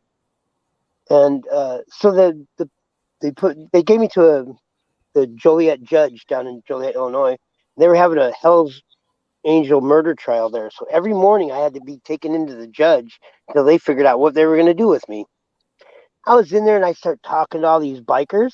They got all the badass leathers and shit. And I'm in there and they buy me. I'm talking and talking to them, and I was like, "Power to the bikers!" and hanging out with them. And they bought me lunch and shit. And the judge was the one that was proceeding with the trial. He goes, "You don't go over there and mess with those people." Now, well, I kept sneaking over and eating my lunch early, and then having them buy me. And he's like, "Nope, that's it." And then he put my lunch up on his 16-foot um, library bookshelves in his fucking Mhm. room. And I climbed up there and I ate that thing, and I came down, and when he come in, I had my feet sitting up on his desk. He Mhm. said, "Okay, okay, you little fucker." I'm sure in his head. He sent me to this Catholic orphanage where I got messed with a little bit. Not like some old priest or anything, just some other weird shit. You know what I mean? And I was pissed off about it, so I went back and told the judge and my family. You know what they fucking did? They sent me to a fucking military school there, Mm. Dewberry Military in Baxter, Tennessee, full regimental. And I get there and I'm like, oh hell no! And I start bucking, and I'm not gonna do whatever they say. Yes, ma'am. Yes, sir. Or whatever. These fucking assholes put me in a fucking like a talent show and make me be Daisy, the character for Bicycle Built for Two. What? In front of a fucking military school full of boys. Are you That's- kidding me? And how long you were in the school, the military school? I was in there for 2.5 years, and I had to Shoot. get myself out by getting my mother married Oh. because she was going back and forth in her job, and from like Little Rock to Nashville to Kentucky, wherever was installing computers in businesses. So she really couldn't handle me, and so I had to go there. So they were going to let me go out on the first furlough. That's when they give you a weekend or a week or 5 days, something to go be with your family.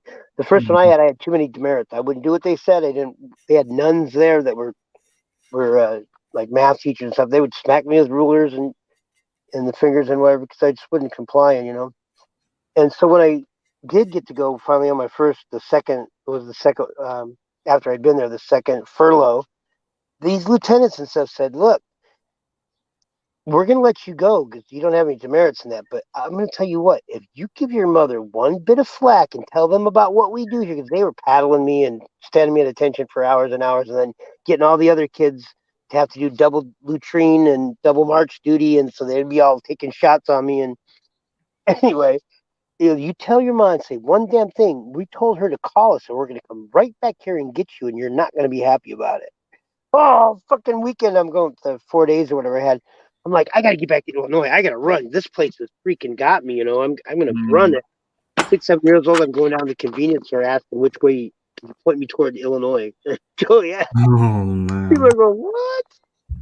So anyway, I held my breath the whole time and then we went to it was called Woolworths or something like that, or Montgomery Wards to get clothes to send me back there to school there. And I broke down.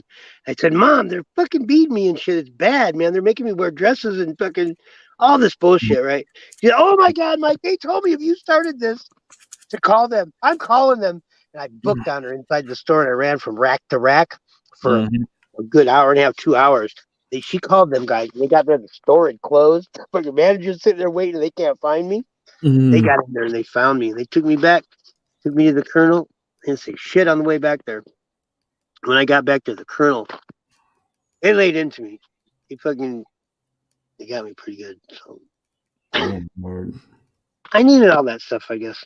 I don't know. I don't know. I mean, they threatened me with military school when I was young, and I was like, "Go ahead and send me. You're gonna see what's gonna happen." I was bucking it. I was thinking I was all that. Man, I'm gonna do what I want in this life. It's like I got here, I knew it was just I don't know. I just went ahead and I didn't know monster, no invisible demon or devil or anything. I just hey, I'm gonna experience shit. I went and did all kinds of different stuff. It's not like I did all bad stuff, but I was here to experience. When I would get a new epoch, like I'd find out about crawdads. Oh, I'd take that to the end, and then I'd find about tree forts and rope swings, and oh man, have so much fun that I didn't even want to stop. You're just living in that bliss moment. That's what we're kind of here for. Hey man, thanks for letting me talk. I No, just no, it's all I'm good, man. past it now. I realize that there's just a bunch of assholes out here sometimes that it's their Mhm. job to fucking make people, you know, doubt and stuff like that. And I needed to. I needed to learn discernment. I needed to learn that, Dane Wigington is a an agent or something. There's no Mhm. way that you would come out and say all that shit, and then they tell us they have all this technology. They couldn't silence him, make him just vaporize, any of it.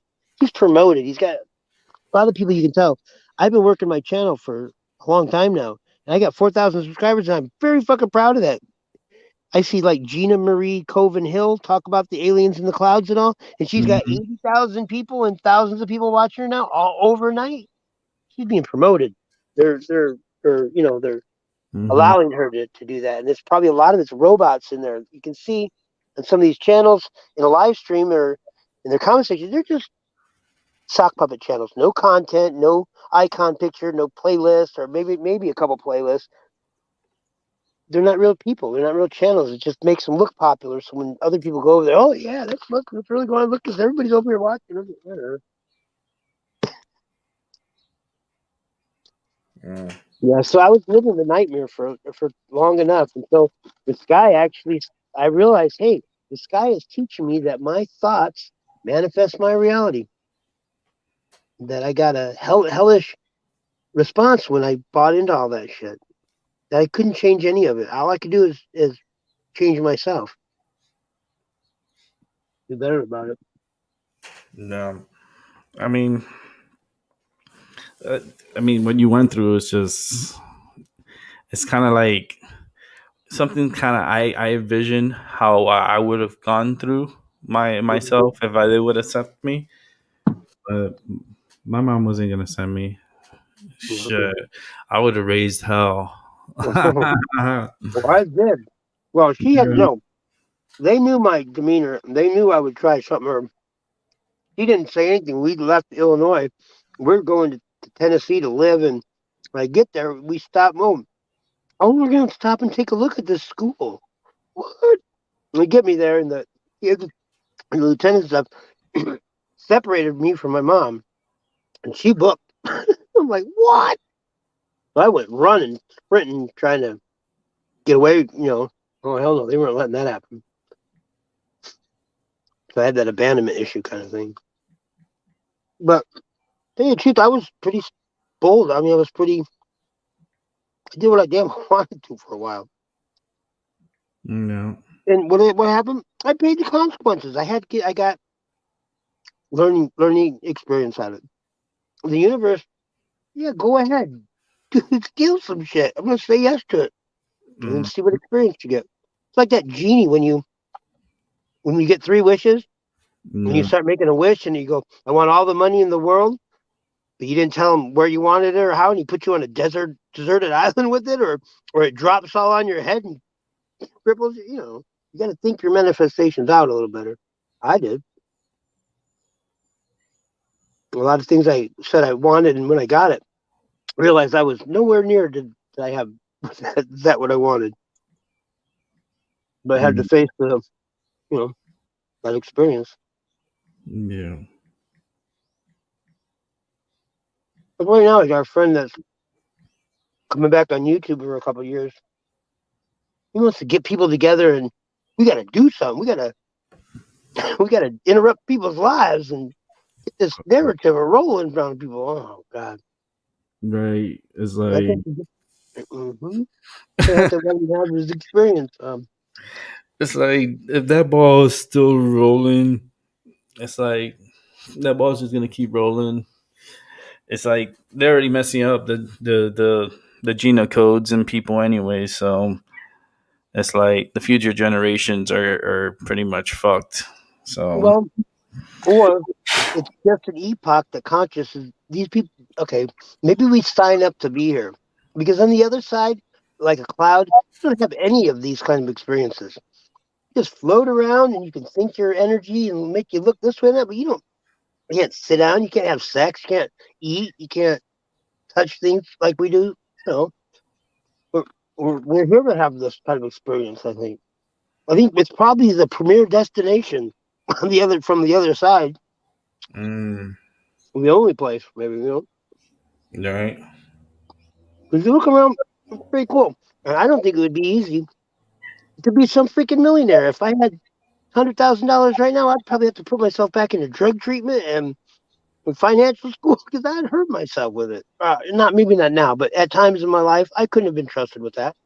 So if you think it's easy for all these people to have all this money and that they can just get away with shit, I'm not buying it. Buying it all. Damn universal justice got me. If you got caught by universal justice or karmic justice, you get your back quick. You take a little bit of time and make you notice that it got you back for something because of the timing of it.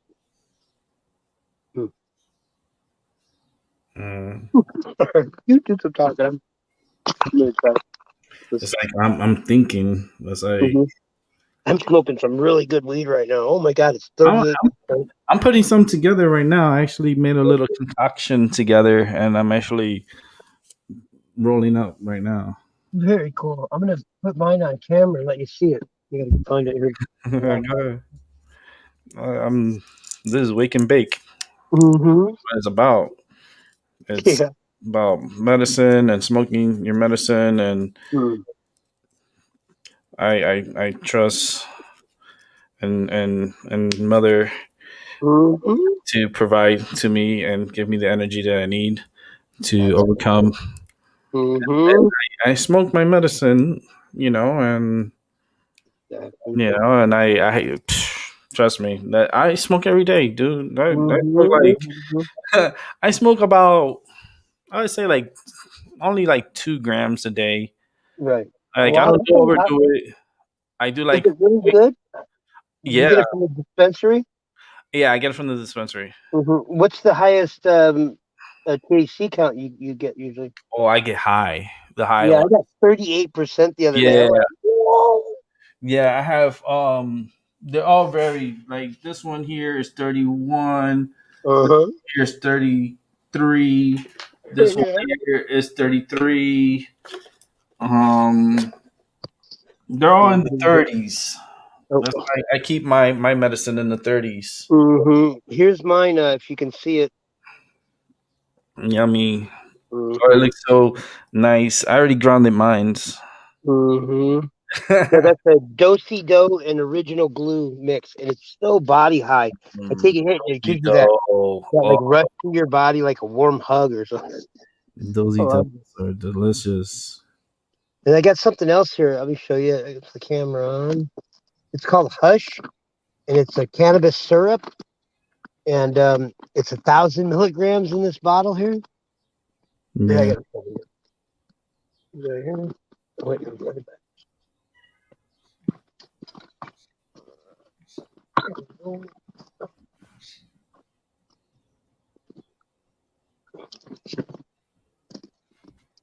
I'm in my car, so it takes a little bit of a maneuver to get anything in It's here. okay.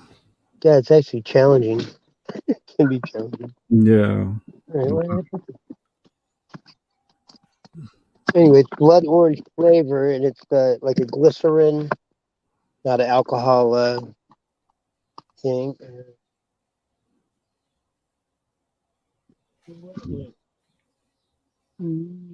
I had it earlier. Oh, all right. I can't find it right now. This is called Hush, and it's like 5 ounces of cannabis cough syrup. Cannabis syrup, anyway.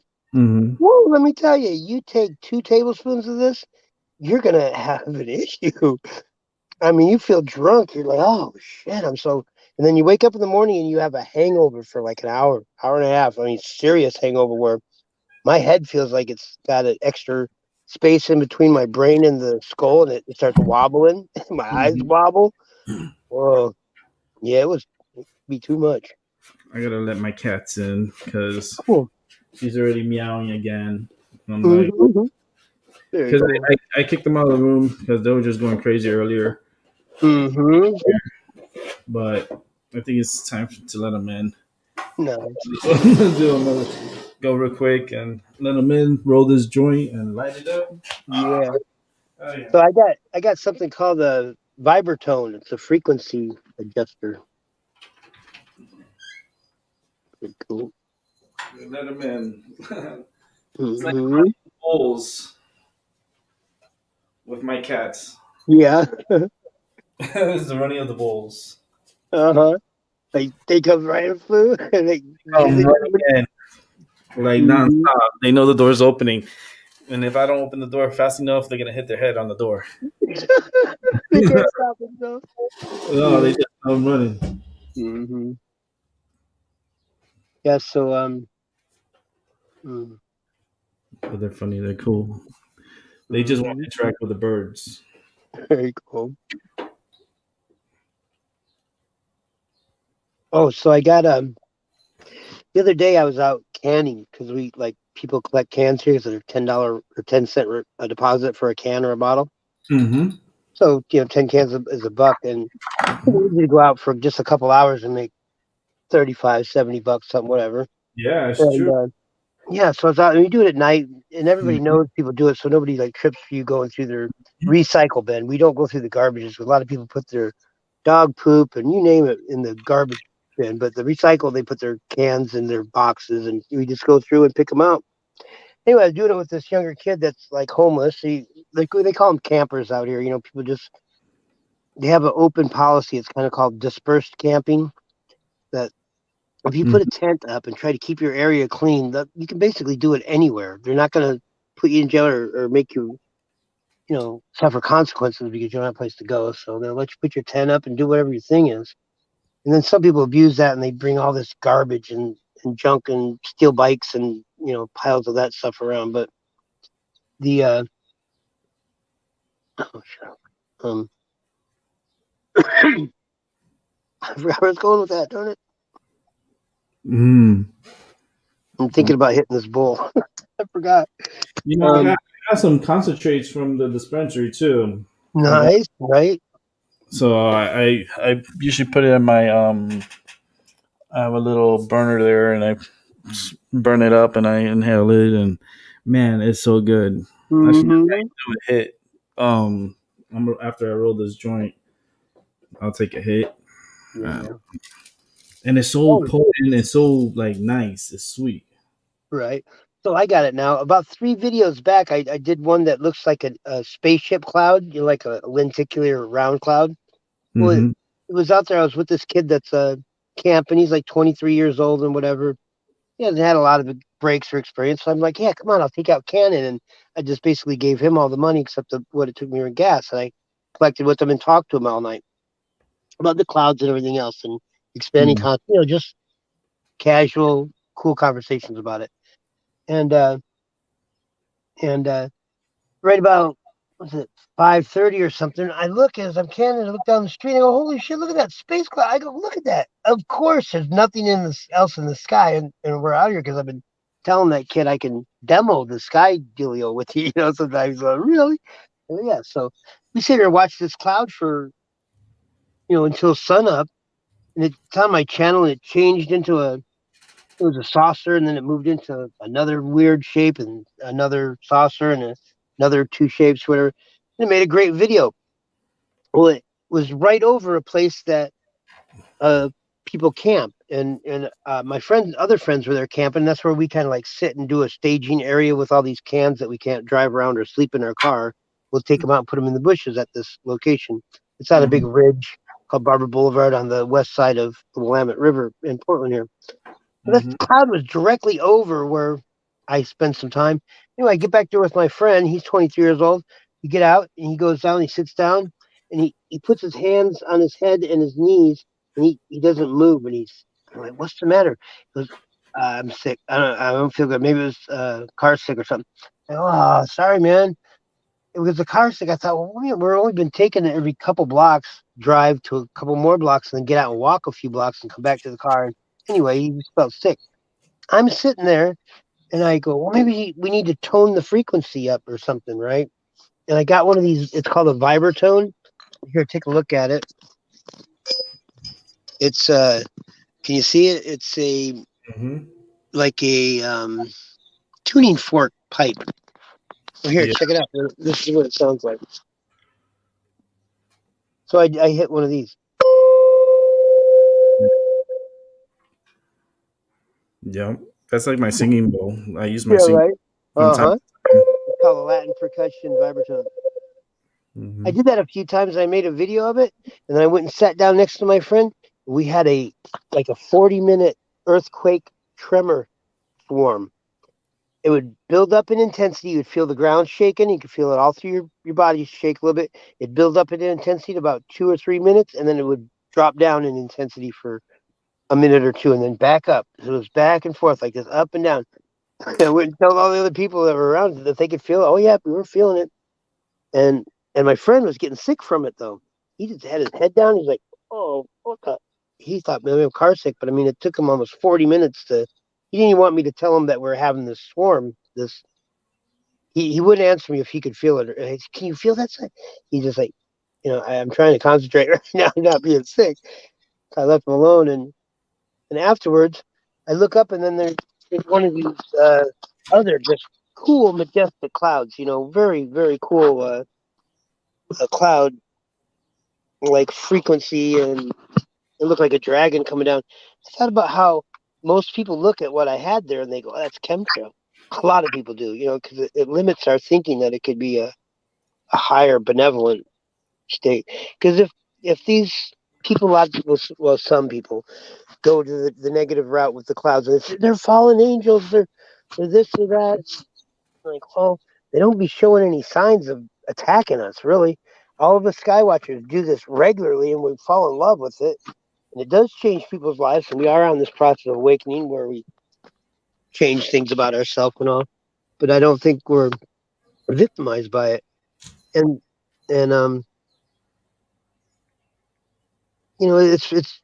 it's there that chemtrails and that narrative is put out so hard it limits people's thinking that, hey, God could be doing something here, or consciousness could, or a lot of people just can't get down with a positive narrative. They need that monster, and it's kind of because we want to judge, we want to blame, we want to deflect. We want to say that's not me. I'm not like that. This ain't part of this realm. It ain't me. This is a prison here. We're denying all this shit, saying it's bad. We kind of just take that route with it. Mm-hmm. Not to say that some of it's not, we don't find pretty and not can be challenging and painful when you might gain some expansion out of it, but it's pretty cool here in a lot of ways. Once you learn how this realm is, and I think that some of the people that we look at and say, oh, they're bad because they have this and they're having all that fun and this, well, they've done something. They've applied their self to something. You know what I mean? Mm-hmm. It's not easy to get all that money and just not fuck up. If you go and look at people that win the lottery, they ruin their lives and a lot of other people's lives when they get money real quick. A lot of stories it was a curse and not a blessing. It would go that way quick for me in a few years back.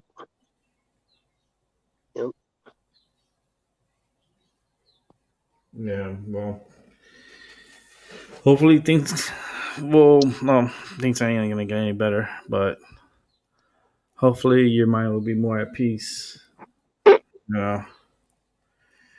Because there's a lot of things that is out of our control. We just Yep. gotta go with the vibration, Yeah, and I think that these challenges have happened in our past, and they're here to elevate. I kind of somewhat have a hard time with, this is what I had a hard time with at first. Other people's catalyst. Look, I had the catalyst of chemtrails get me into my awakening and self rediscovery and realize that I have the ability to do better and inspire other people to do better. And do. Nice. Yeah. I'm here smoking too, and it's a mixture of different medicines. I have like 3 different medicines, Very and cool. I feel good. Yeah, something I remember back in the day when we used to get, a weed dealer around us would have weed. It was always fresh, basically. You could stick it to the wall. It was so sticky and fresh, and Yeah, some of it was, the real sticky, icky ones. yeah. And I cannot find sticky bud anymore. I wonder if that's the UV radiation because UV radiation is reaching ground level, and if you dry your plants in the sun, you diminish the THC quality. So if the shelf life of THC is going faster, because it seems like it. I know there's so much stock around that we got people selling ounces for $30 and grams for $2. Or you try that stuff, it's got no terpenes. It tastes like astringent hay or something. It makes a texture to your mouth. It burns your throat. It's just not very pleasant, and it's kind of got a plateau headspace, not really elevated, just kind of a blah. It's because it's been diminished. That you keep it in a dark jar and you keep it out of the sun and out of opening up to the air and stuff, you're going to hold a lot more of the terpenes. And the thing was before, we didn't have as much around, so every time we got it, it was fresh because it didn't last long. It just came off the plant somewhere, probably. So I go for the higher quality weed. I want it to be lime green because most of the stuff that they sell now that's cheap, $5, $2, $3 a gram, is dark, like almost brown or dark green. It Mm-hmm. doesn't have no stick left. And then you'll notice when a bud gets bad because you'll break a bud down, and if it turns to like powder, if Mm-hmm. you don't have to pull it and you know tear it apart or use scissors, most of the shit now that we get here, you just squeeze it and it'll perfectly fluff out or into a bunch of dust. Yeah, it's like super dried. It's like There's something wrong with that. I'm telling you. yeah, like because Mhm. like when you grow your own, it's like totally different because it's like it comes out more sticky or Mhm. more like you can Texture. control the dry level and how you want it, Yeah. and like you want it a little sticky, you want that little Mhm. The because it. slow burn. Yeah, Mhm. man. I And try that's to talk to a lot of these people at the stores, and I show them all my dragons. And people are like, "What? You are a dragon wizard, or what?" I'm like, mm, I don't know. It's just consciousness. So we're all fractals of God stuff, and this is in my program of my self reawakening. It's kind of. But I hit people up all day long, telling what I got and what I'm doing. And for a while, when these dragons first popped out on me, the dispensaries all had all these dragon products, dragon piss sativa and dragon's breath and fire of dragon and dragon scales. And oh man, he came up with all these names. It was like right at the time I started putting dragon videos out. And now I don't see it anymore. Like, that thing's gone. They make a new name up for something every day. mhm. Yeah, so I wonder if there's, you know, I just think sometimes I look back and I think that war thing, it don't look real enough. It's called Iron Dome. They send some rockets up. They send a bunch of rockets to shoot them down, and then the places. Not to say that some people ain't getting hurt in that, but the places that they're showing getting bombed are all lit up down below with high-powered lights. The other buildings look all dark. The building that gets hit has no windows in it. They're trying to say people lived in there. I go, these look bombed out from a few years ago. I don't know. Other little like guerrilla groups that are just hiding in these you know, unlivable buildings anyway. I don't know. It's weird, isn't it? Yeah, they Yeah. make it up. So there, as these bombs are going up, they show a bunch of these Palestinians just dancing and laughing, and they're watching the bomb, and then it gets closer. Ah! And then you see the Jews on the other side, or whoever is on the other side, listening to them do it, and they get all pissed off. Oh my god! What a script! And you It's see, it's it's weird. every little news agency is just—that's all we're getting. Just that. Now that's a distraction now because now Yep. COVID's not the thing anymore because Yep. now And they they go don't. to Okay, the. here's a thing about the grand solar minimum. If you really looked at all the storms that are happening and put the totality of that down, it's going to make it probably hard for some of these countries that import everything to get their food. Because look at how that Suez Canal got blocked with the largest cargo ship that we have gets wedged in that fucking little narrow strait. Well, it was because the wind was blowing so freaking hard, harder than it usually Mhm. does. Yeah. And so that stopped their commerce. They had a backlog of ships. No one was eating that night. If you didn't have food that had to come off a ship, you weren't getting it, and it slowed Yeah. things down. They know that's going to happen. Texas, when they had all that ice, that stopped all commerce down there for a while. So there's going to be Mhm. disruptions like that because these storms are going to come up. But here's what they don't want.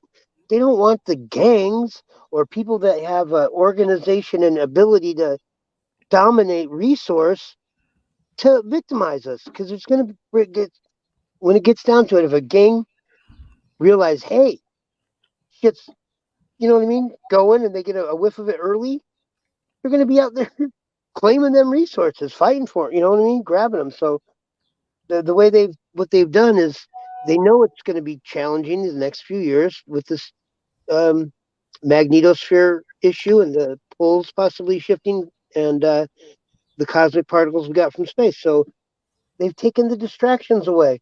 They don't need us out putting millions of dollars into season tickets and having all these people Mhm. drive to sporting arenas and everything like that. Nope.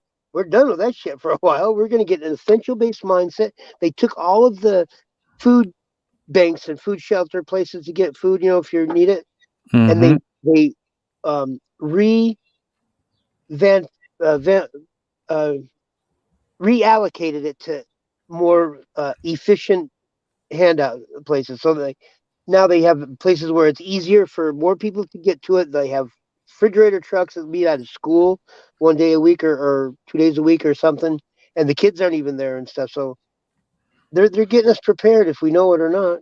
You know, Mhm. so it's smart. And then I think about oh, this is a brilliant thing that these large population, a portion of our population gets to sit at home and wake up somewhat. They're going to have things that come up because, like, when this first happened, I would get on the scanner radio and you heard all kinds of like freakouts, like people that, were really heavily drug addict and then their whole paradigm starts to shift and they're not getting their shit or something. They freak out.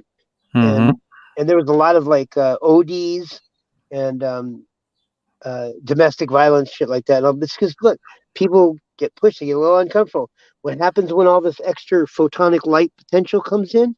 It gets down into our being or into our cells, and it pushes up the unconscious darkness. And to deal with, to purge and to deal with it, to force people kind of just to change their paradigm and start their process of self rediscovery. Some people might only be signed up to have their self rediscovery might be 5 minutes before they die or something. That's all they need. Or I don't know. I'm glad now that I realized I was you know living unconsciously before, and now I get to know that I'm conscious and help other people, inspire them to think higher about their deal. Yeah. Wow, I love this, man. You and only like three other people will I talk on YouTube with. I love this. You are a great talker online. You're No, real. and the thing is that like I just started coming back on here early in the morning because I want to do at Mm-hmm. least Saturday mornings, like get on like at 6 in the morning Mm-hmm. and just have a good little morning show for a few hours, That's or like 3 hours or so. Because I've already mm-hmm. done 2 hours, and yeah, it feels good to do it early morning. Well, you're Um, so consistent. You're so I I'm like trying to I'm you're trying to good get at back it. into it. Yeah, I'm trying to get back into it, like into Mm-hmm. a flow and try to get Monday through Friday. I'm gonna be at 3 p.m. Eastern time, 12 Mm-hmm. p.m. Pacific, and Saturdays I'm gonna be on 6 in the morning. Nice. Very So good. six in the morning. That's like three what 3 in the morning Pacific time. Mm-hmm. I Nice. Yep. Yep. know it's like around 11 in the morning over in England for Mm-hmm. my England people. Like Yep. I have one subscriber. He's from England, Paul from Newcastle, Yeah. Right. and he comes by here, and he was here yesterday. He's real cool people. Is it Paul from Newcastle? Yeah, Oh, I know Paul. Yeah. yeah, he Yeah. comes Yeah. through. There's several other groups that I've been in. We've known each other for a while. Yep. Man, I've been doing this a long time. It's so wild. I Yeah, can't keep up anymore. I used to think that I was gonna be a big is gonna like earn my living and everything. I realized, oh man, my ego would take off with it. I'd start doing all kinds of ridiculous stuff to get more people to watch it. I'll lose the formula of the people that I had. It was like I know my potential is to go that way with it, probably. yeah. So I just out of service do it, and I'm rewarded. I can barely go to my comment section after I put a video up and read 10 comments. I can barely get to 10 comments, and I'll be in tears of gratitude and bliss, just Mm, buzzing with like vibration or something. Yeah, Dude, like I never could imagine this is what I would be doing, you're right. 10 years ago. And now that I'm doing it, it's like, oh, I can't imagine doing anything else. It's like a freedom of like this Mhm. energy because you're bonding with other energies, Yeah. and that link and communication is very powerful, Mm-hmm. Mm-hmm. Here, I especially. want to show you. Yeah, I'm going to show you one of my. So I had to rescue my inner child, and then I thought, well, hey, let's go. Let's let's make him really happy. Go big. It's Can you see that Hitman paintball? Yep. Oh, that one's so fun. This is the Tip X. It's the best or most one of the most demanded pistols or desired pistols around for paintball. But it's also less than lethal, right? Paintballs. Oh man, I did that one time. I got bruised up. All right. Well, it's I got, not. Yeah, this one's not even paint. I got solid projectiles. Solid rounds. Like, I'm trying to get one out. These are called Diablo shaped projectiles. mm-hmm. So it's got, it'll get a spin on the way out instead of just a round ball. But yeah, rubber and stuff. Now they're legal to have and used for self protection. They're less than lethal. Same thing the police use and whatnot. But I like them because a BB's cool and you can hit a little spot on the target. But these things you can take and you know get some balsa wood and make some cool targets and really beat them up. What I mean? Or some Mm-hmm. cans and whatever else. It's very satisfying to plink with those instead of a little BB. Yeah, pretty Yeah. fun. Now see, it's CO2. You put a CO2 right in here, and then pulling the trigger. The first one pierces it, and the next one you're shooting. Or Mm-hmm. I can go remote line with high pressure air or CO2 tanks. You see, I remember when I had my BB gun. It was a CO2 BB gun, Mm-hmm. so it was super like powerful and fast, Yeah. and Was yeah, it it Arrow? was so fun. It was just so fun when I was young. It was Yeah. just that was like my thing. It was the BBs. Yeah. Uh, they first started me with a toy gun with those blanks that you Yeah. shoot. It just makes the sound. Uh-huh. And then I graduated from that to like the BB guns Uh-huh. and slingshots because that was Yeah. my thing back in the days. So slingshot. Oh yeah. Um, and then I graduated into like the pistols and then the Mm-hmm. rifles. And it's like, oh, okay, cool. Yeah, very cool. Huh? Yeah, so here's my other one. So that's the first one I got. And no, well, that's the first 62 or 60.68 caliber that's bigger than 50 caliber, the bullet, the thing. But then this was the second one I got.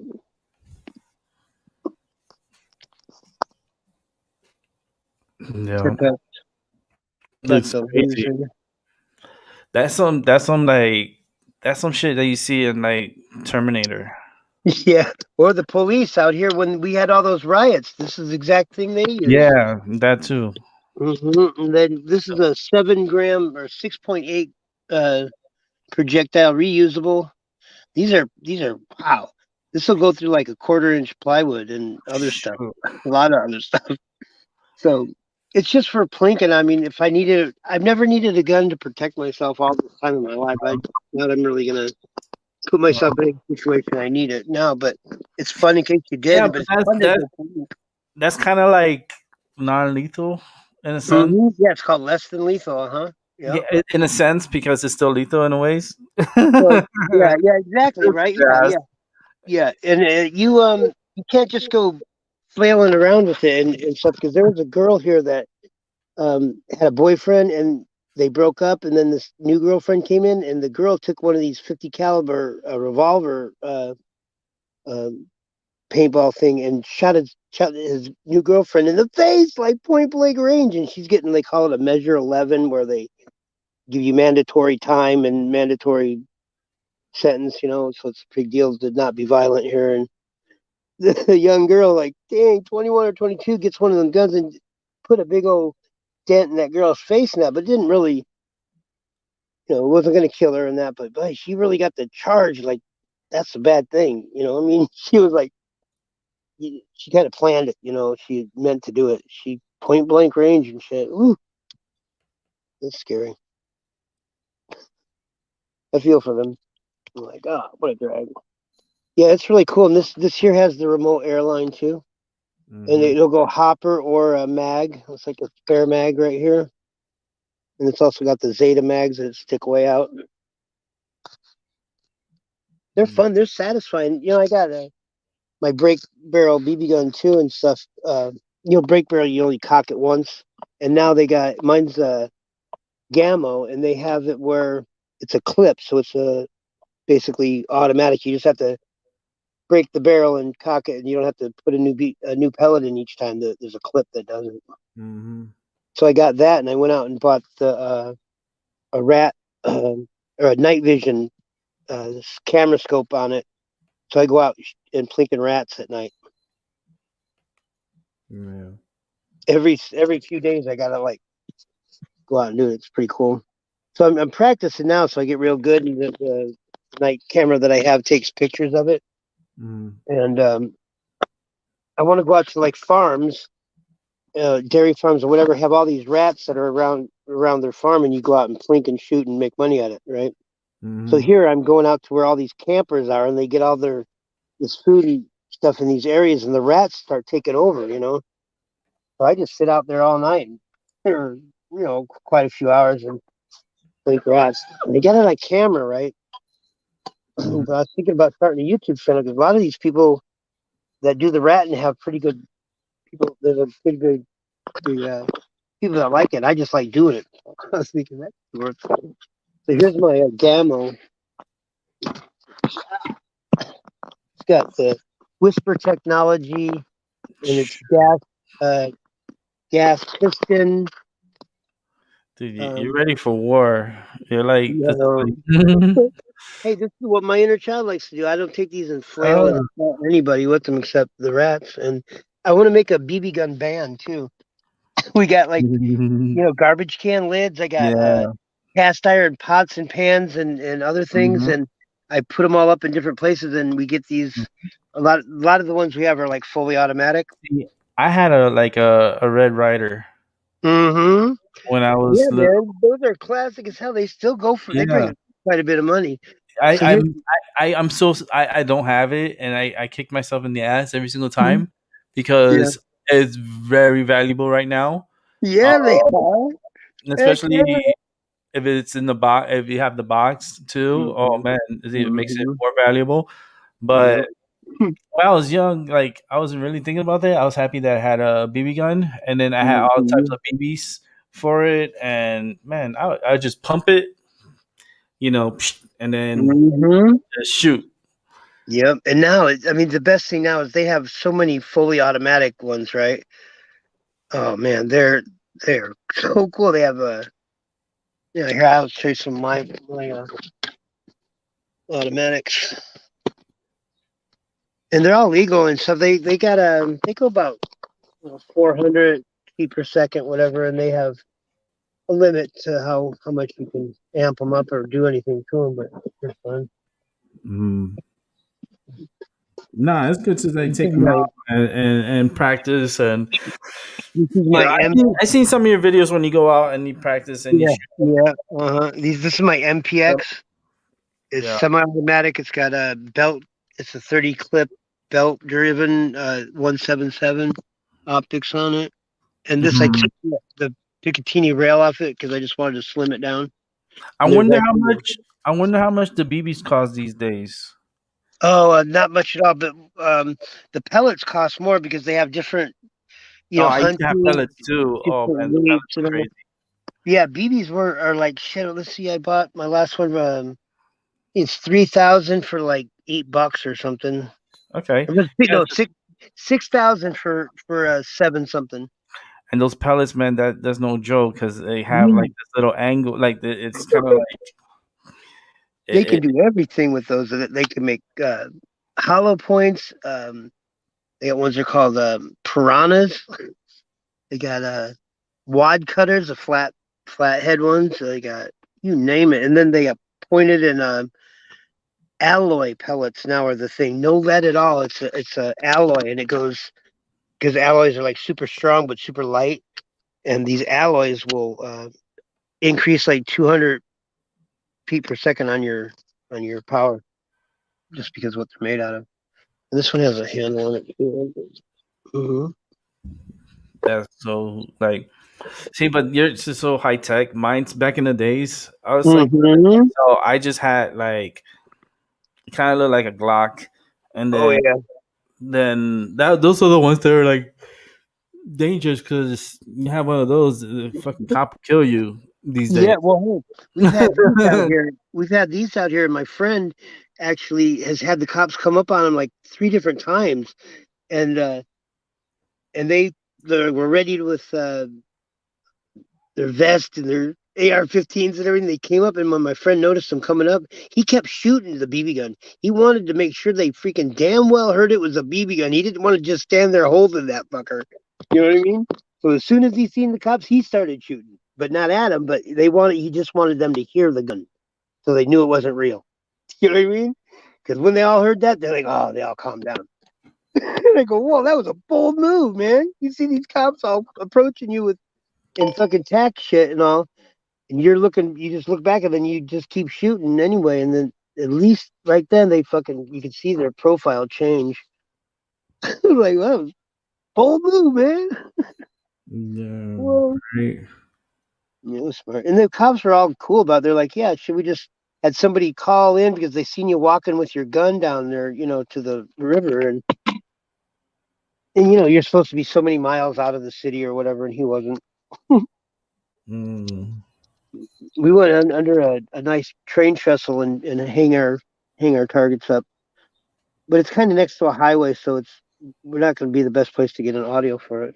But we have all of our things that we go out. It takes a lot because we got to get all these different guns all loaded up, and we got to get a rhythm in our head, and we got to get our targets just right. We're trying to be creative and smart about our targets. Like these are pretty cool. I've shot these with these paintball guns, one of the vibratones.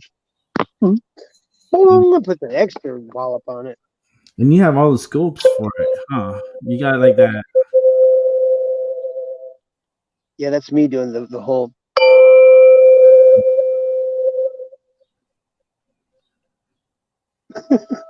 I love this one. That's the big one, and then there's a smaller one. There's this smaller one. That was the low frequency, and this would be the high frequency.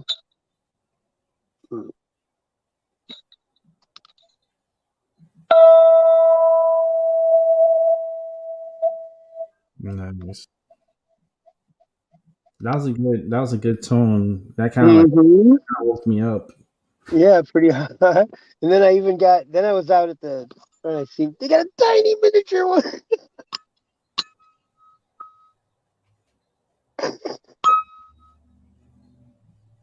Doesn't Wawa is good though.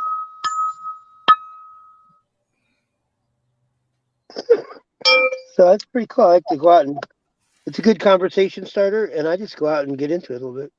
Yeah, These are- I am like when I use my singing bowl, I have my singing Mhm. bowl and I get into it, man, the vibration of it, Feels good. it goes Yeah, into man. the body and it's like Yeah, it's overwhelms. undeniable.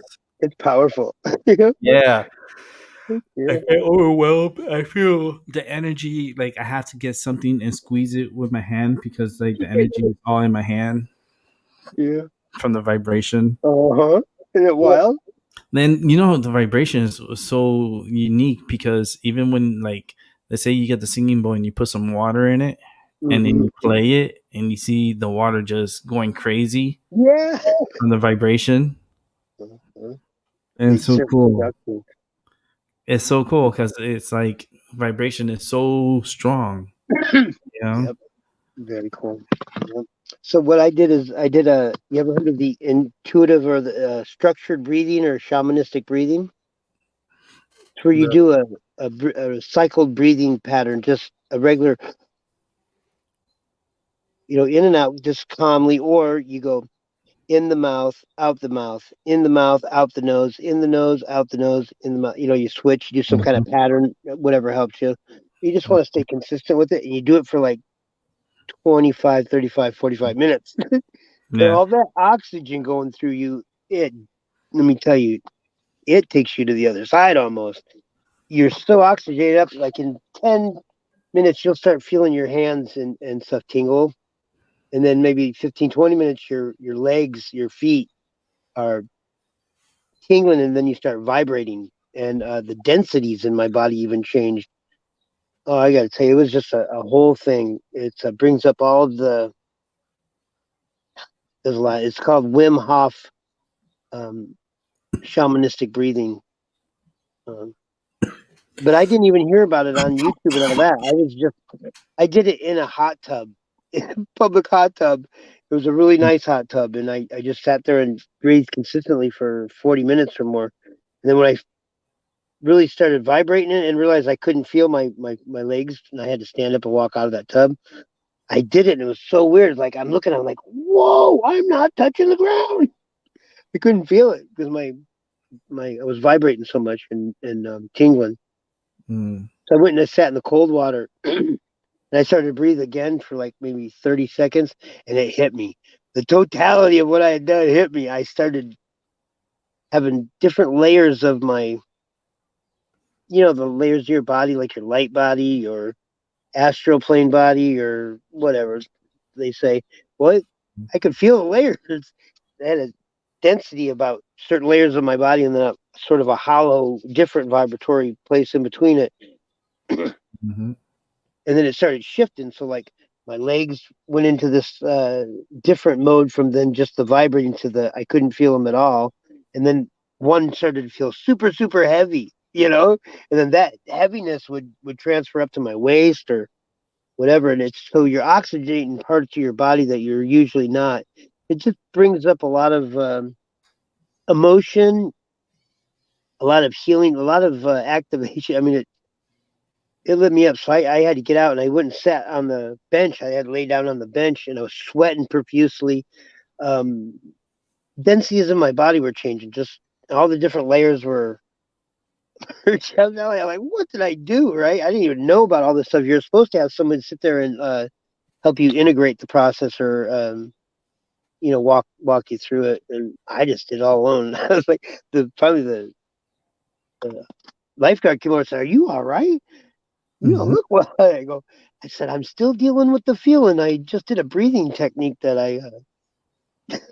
that's really working."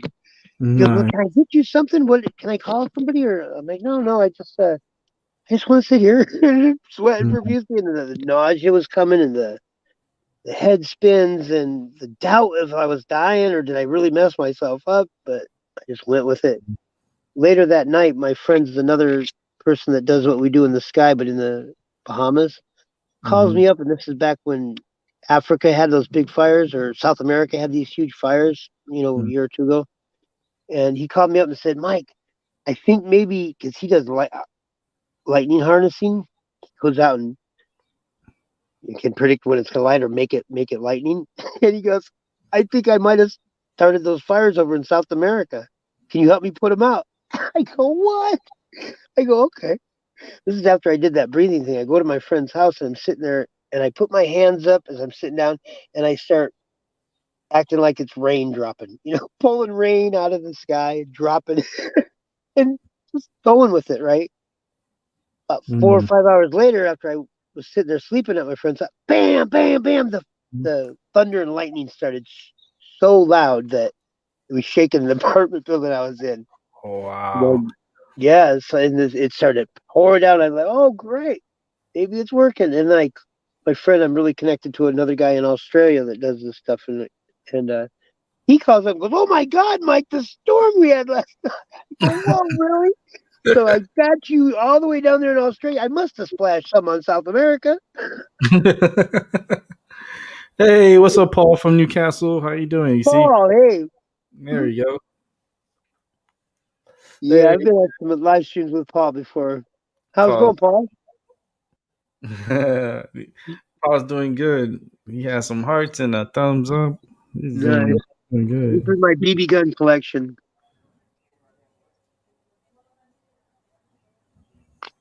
That's a Tipman. This is Gamma I shoot rats with when I go ratting.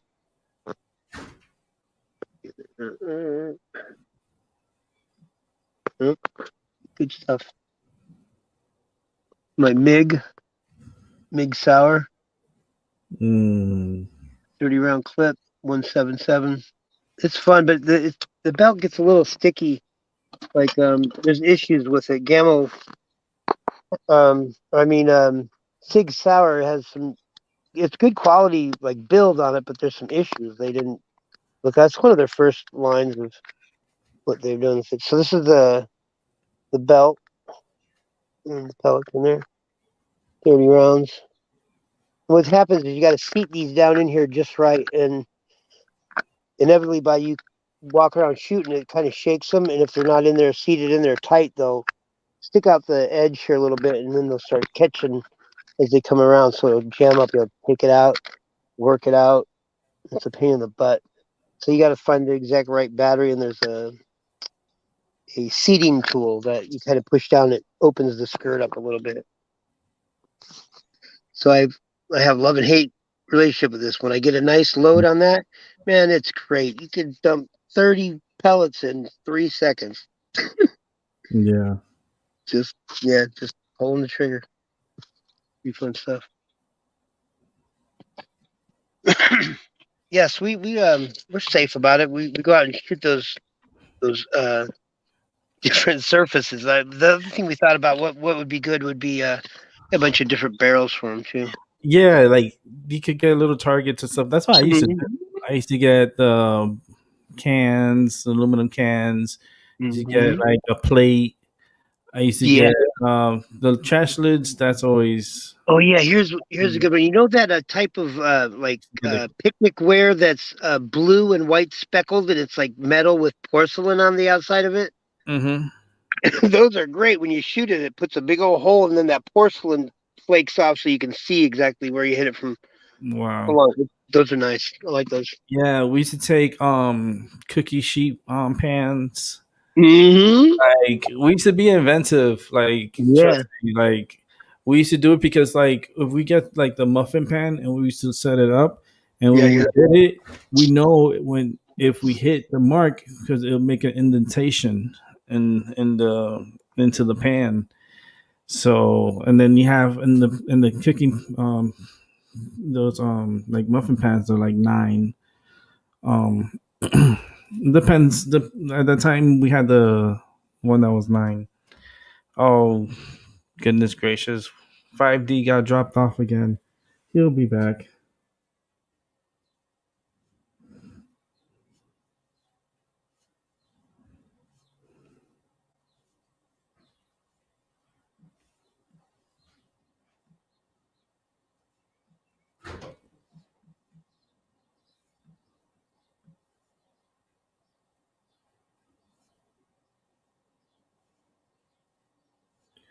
We'll wait, see if he gets back on here.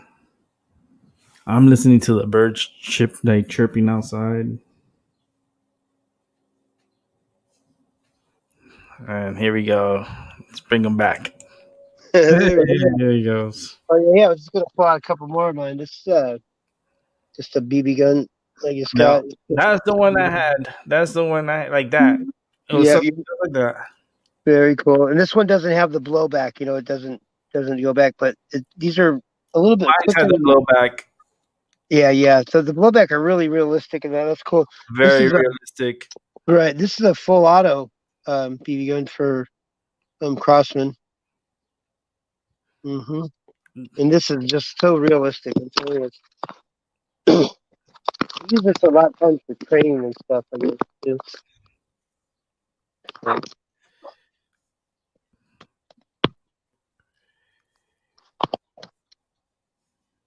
But it's real. Yeah. Yeah, so it's got a 20 BBs. It holds 20 BBs and goes all at once or single action. CO2 in the bottom of the clip.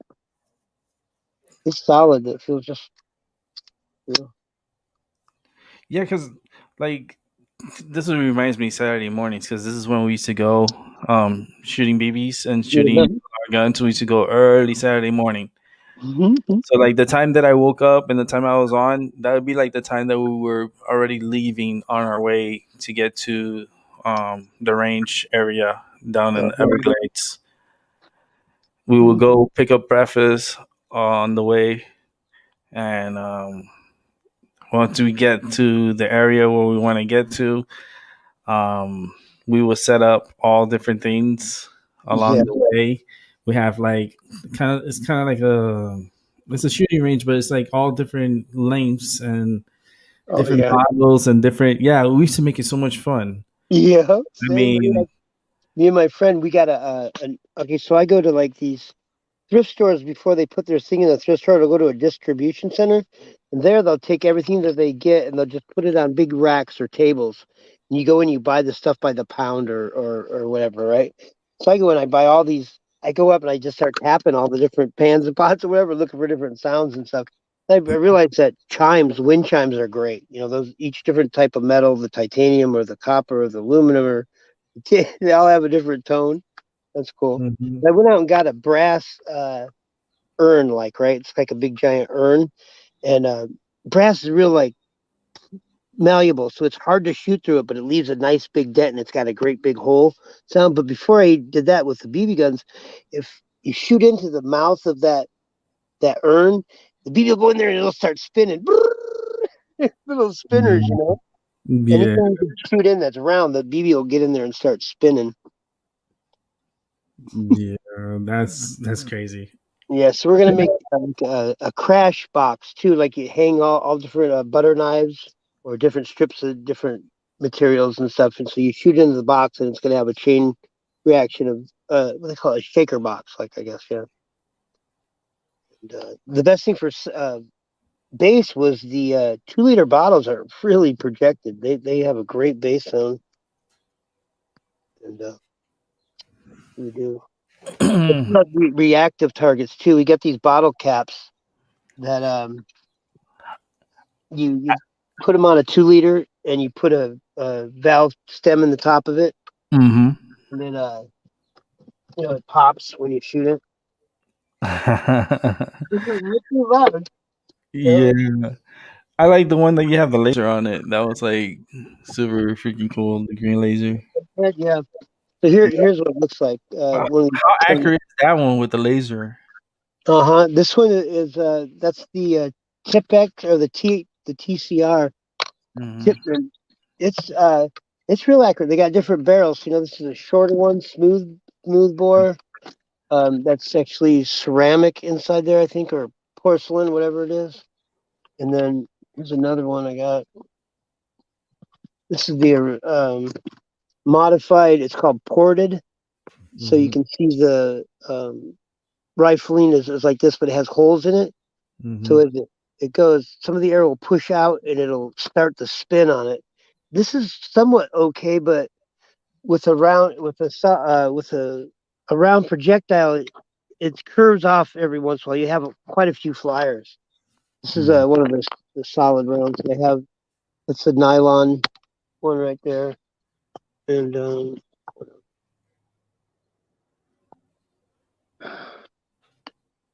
the black ones are hard because you can. These are all reusable, but if you shoot them out in the woods and stuff, you're gonna be caddying them for a while. And this is a nice rubber one.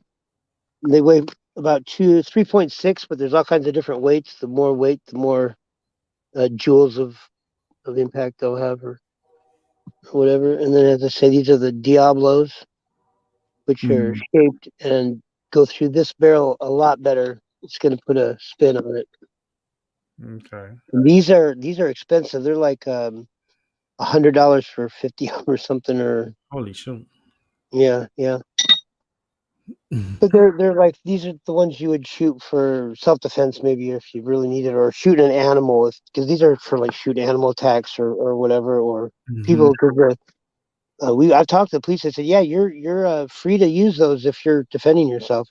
They encourage it. They even said most hardly any time they're ever going to get there and stop the assault before it happens. You need to be able to protect yourself. That's cool. Cops out here are really human. They're really not. Nope, they have a do not take to jail order right now. They, Mhm. if you have, even if you had like multiple felonies for different things and you failed to appear on all of them, if Mm. they pull you over and it's been years or whatever the case, they're just giving you a new court date and hoping you're going to show up. No one's Wow. going to jail unless you got to beat your wife or something violent to go to jail. And it's kind of wild, yeah. And the cops that are out here, they're not pulling people over. And if they do pull people over, there's a memorandum that says people that have expired or suspended or um, lapsed tags or any probably that's fine because they know that people can't get into the DMV on time. They have to. There's a whole bunch of different things. So they've stopped citing people. Like I've been out here driving around and had not seen maybe two people pulled over in a year on the street. The cops might be have their lights going somewhere to some like domestic or whatever other crimes there's, but they're not out here pulling people over and having speed traps or any of that stuff. Mm. Different. They have a different profile, and they're nice when they come out. They're looking for solutions, like to not have to take you to jail. I'm like, what?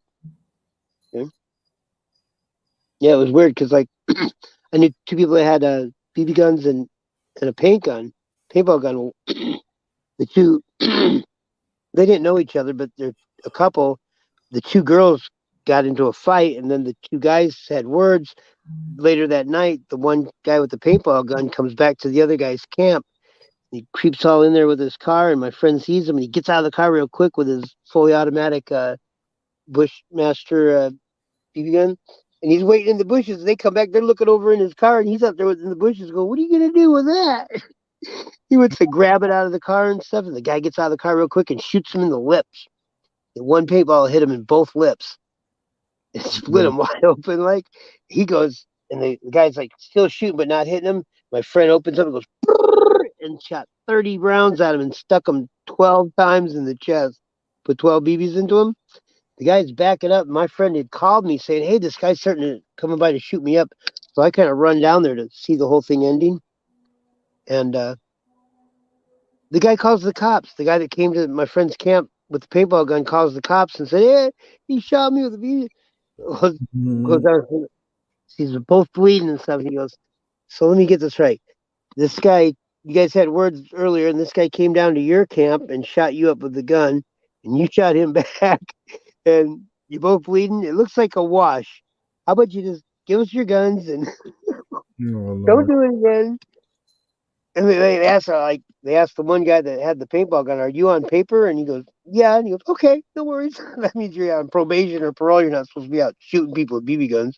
They're like, "Okay, no problem."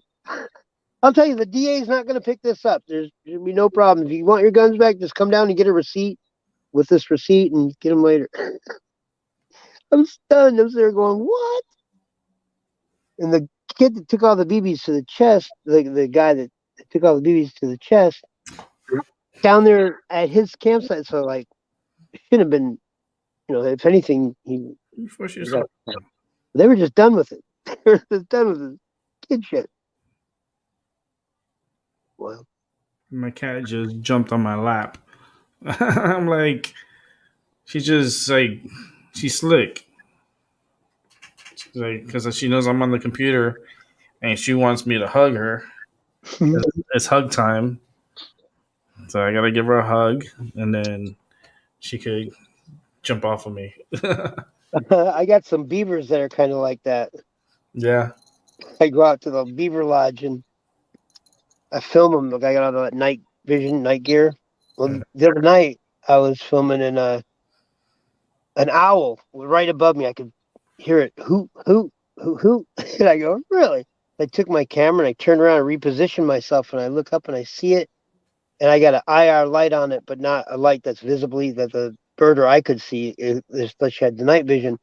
Well, the thing comes swooping down, and like it's on my channel, and from the top of this tree comes down about 5 feet over my head, and I get it all on camera. I was like, "Whoa!" The next night I go out. This is a place where we shoot the rats, and people's like around these garbage dumps. These owls will sit there all night because the rats are going to come out and eat, and they pick off their meal. Well, I come out there to the thing, and I walk up to like a downed tree that has a couple branches about head height. I walk right up on this owl. He's like 3 feet away from me. And he turns his head and looks at me, and then flies straight at me. Whoa! Did I scream like a girl? Oh no. 'Cause I didn't know what it was. It happened so fast. All I seen was this thing coming at me, right? I screamed like a girl. I was like, "Wah!" Man, it tripped me out. And then it didn't just go away. It's trying to keep its location there because it was a great hunting spot for it. So it flies up into the tree, and I look at it, and I move to get the camera, and it's coming back at me again. And then my friend goes, "Yeah, the other night it clipped him in the head. The Oh, cow clipped him in the head. Did a thunk on his." probably protecting a nest or something. Yeah, they get territory. Well, it's his food place too, because it was just going to sit there on that log and wait till those rats came out. But I was coming out there to shoot him, so I was competing with them. There's so many. It's not like it puts him out because he's not got a great hunting spot, but it's not like I kill so many he can't eat. And when I'm not out there, he knows what he does. He's night of the weekend. I don't. Mm. I see these things a lot, and like the beavers, I had a really good relationship with them. But I'm not going swimming with them again until they give me my G string and my GoPro back.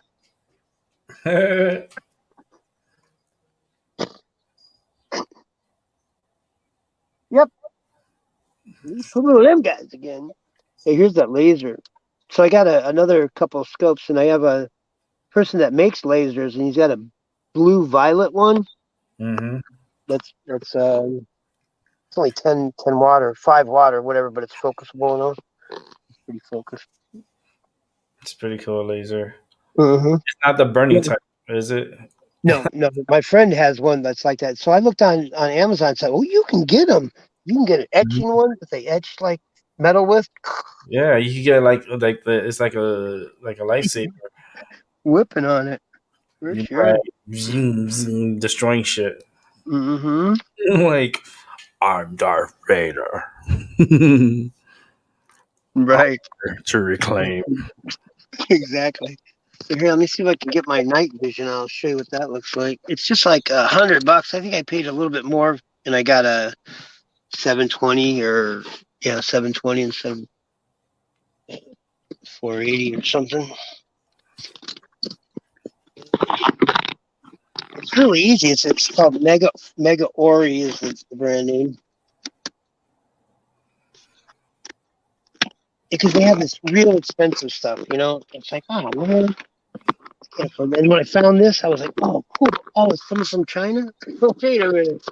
I have an issue with that right now. Even getting the stuff over here takes longer. So this is the screen. It's the clip that mounts on the top of it. Batteries in here, your function buttons. This is Velcro for a shield, a dimmer shield around it. It'll give you just I'm done here.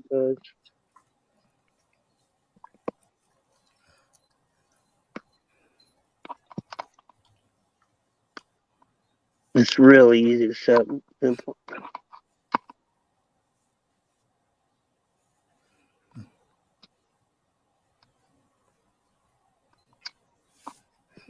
It reminds me of my Boy Scout days. Yeah. So me and my friend, see, I didn't even think about this till my friend showed me that there was a lot more. I just thought Red Rider days. You know what I mean? Mm-hmm. I didn't think about it. I thought about brake pumps and brake barrels, and I thought, well, that's not very. I don't know. It's not fully auto or semi-auto so much. It's somewhat semi-auto. But when I found out he bought a Bushmaster Crossman that was 1400, he could put 25 or 30 in a clip, and it was on. We had an arms race. He would get something, and I'd say, "Oh, I'd get something bigger or better, or match him." So we've been going back and forth with that and fun stuff. So then that's the monitor, the camera, and the housing. Sits on. So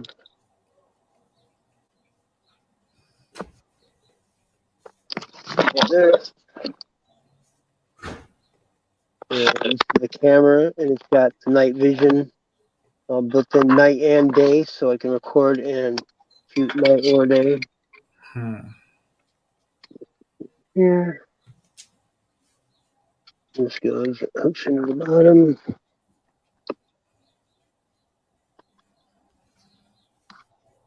Well, I don't have my batteries in it right now. They're charging. Oh, wait, here they're going. And then that, and then there's IR lights, your light source. This is a 940, and this is a 620 nanometer wavelength.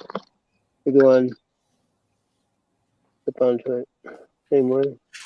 I was gonna start it all up for you, then I realized all my batteries were dead from the other night. You got to recharge them. Yeah, and I got most of them recharged. I think I can. It might be charged enough. Got one of those Jackery power stations and a solar panel. Right there, let me see it. I haven't installed it because I'm afraid it'd get ripped off or broke.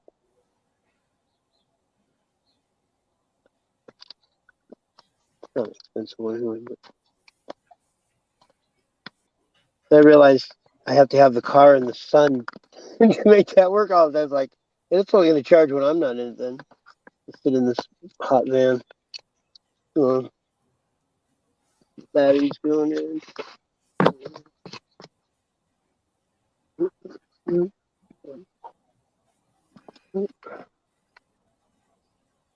Get back open.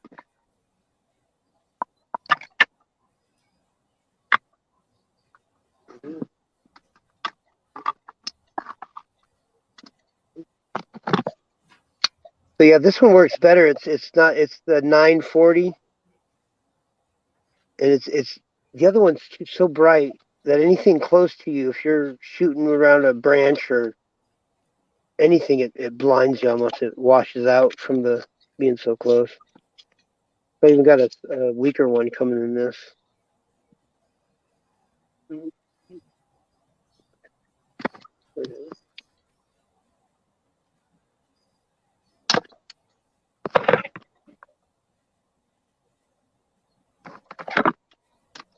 This just clips on. This is like tactical training. Yeah. BB edition. The BB edition. Dun dun dun dun. You see, we go out to hit that band practice, we call it, right? We haven't uploaded any of those yet because we want to sound better. We don't sound very musical some days, but we like that first one, how we like tore the target down. The whole target stand fell as we got into it, and so we're trying to just think of a lot of creative targets for sure.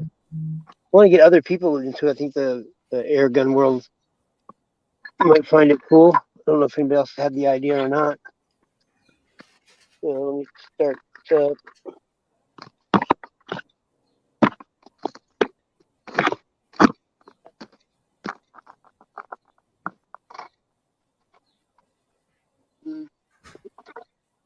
Sure, that looks so crazy. Pull the camera back here in a second once I get it rolling. Next thing you need is like a bow and arrow. Right. Is Paul still on there? Possibly. Hey, Paul. Hey, Paul. Yeah, because like I remember when I was young too, I used to shoot the bow and arrow. And even in middle school, I was really good. You know what they got now? They got a sling bow. You take your wrist rocket, and it has a whisker biscuit, a little attachment you put in between your Y, and it shoots arrows. But and there's just about a compound bow, they say too. I'm pretty sure in the future it's gonna be like the tips of the arrows are gonna be like they're gonna be kind of like connected to the net. So even if you shoot straight up in the air, you'll always hit your target. It'll fly back down and hit its target. Yeah, right. It'll be guided by GPS. Yeah, they have those guns that the soldier can hold, and it actually does the aiming. It pushes the button, and it shifts and it does the aiming. Yeah, it shoots for him. I've seen that the other day. I was like, really wild. It actually shoots for him. In my van, I got all these USB fans and lights because there's so much moisture in here in the wintertime. I had to get it out. And they're going to be really good in the summer too. I'm like, oh yeah, using them. Yeah. So I got video of all these rats I shoot. Right? It's like my friend said. Well, after when you shoot them, it must be really good and fun, happy on the other side because them rats start singing and dancing. Yeah, man. You inspire them. It's so inspiring on the other side. They immediately start dancing and singing. I said, "Oh, dude, you're making me feel bad." No. I used to watch this show. Was the Swamp People? They used to shoot them. They used to shoot them like for real. They shoot the squirrels and shoot the. My dad eats squirrels. I've ate squirrels. Yeah, they taste like they're tastes like chicken. Yeah, like turkey or something, and it's real sticky. Meat, yeah, real tacky. Well, yeah. your fingers are stuck on everything after you do that. Mm-hmm. And I seen that, so it's like, yeah, there's people that hunt them down. There's people that use like their slingshot. They use like air pellets. They use all different traps to grab them, and they make meat out of them.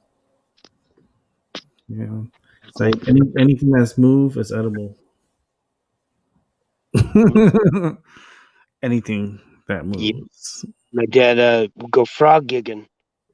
Eat frog legs, and you get a 3-hook, a what they call them, a treble hook, and a little about a foot or two up from the hook, you put a white like bobber, so you can watch it in the light, and you see their eyes, and you just get it down under the water, and you come ripping up real quick, and it gets them up underneath. The hook goes through. It's kind of wild. So yeah, here's the scope.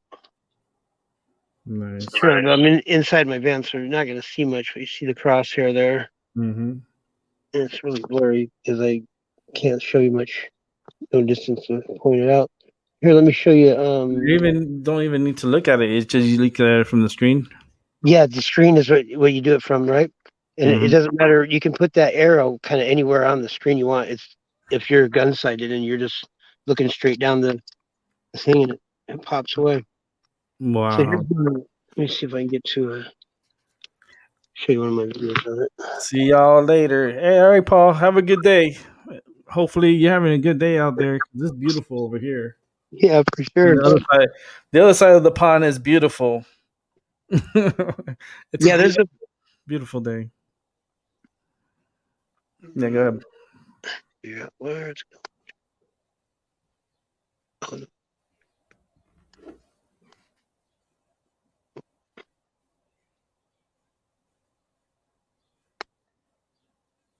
Oh, that's right. Here we go. Forward. Here's one. Very good one.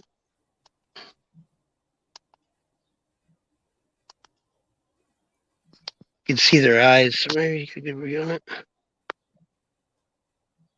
Oops.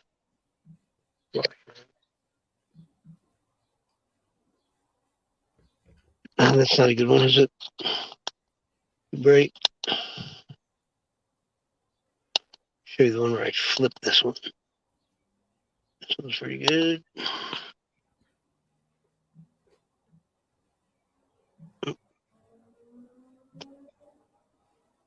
It's kind of hard to see, isn't it? Yeah. Yeah, not good quality. But it's okay. There's the other night at the pond. There you go. It's actually not a beaver there. That's a nutria. It's a big rodent from like Vietnam or something they brought over here. Holy moly. They got a bounty on them in some states. They're really big. I don't know if my dang 22 will take them out or not. I don't shoot anything. Just the rats. Yeah, out in Florida, they have like these bounties like for the snakes, for the pythons. Yeah, if you when they have their season, they have hunting season for pythons. Mm-hmm. And now they're actually gonna start letting them actually be able to harvest and cook the meat from the pythons, and they could sell them in restaurants. Yeah. So yeah, because they're really trying to deter the population. They're really trying to eradicate the population of pythons, because the pythons, man, they multiply by so much. Yeah. And they're really dangerous to the ecosystem down in Florida. Mm-hmm. So, and they're vicious. They eat everything. Yeah. They eat gators. They eat like birds. They eat deers. Like, these pythons are really, really big, and they have bounties on them, and you can make money off of it. Yep. I can't do it. Hell no. Know it, right? I was like, I just like doing this because it's skillful, and there's really a big problem, and it's not like it's the rat's fault. I realize, because people are bringing the food and the resource for those rats to breed more. yeah. They keep themselves in control of how much food there is. When they see a big source come in, you're going to get a big influx of them real quick. So it's easier to go out there and make them feel a little bit of pressure. We don't know where. I take like a couple or 3 or 4 a night or something. It's not like go out. Hard on them.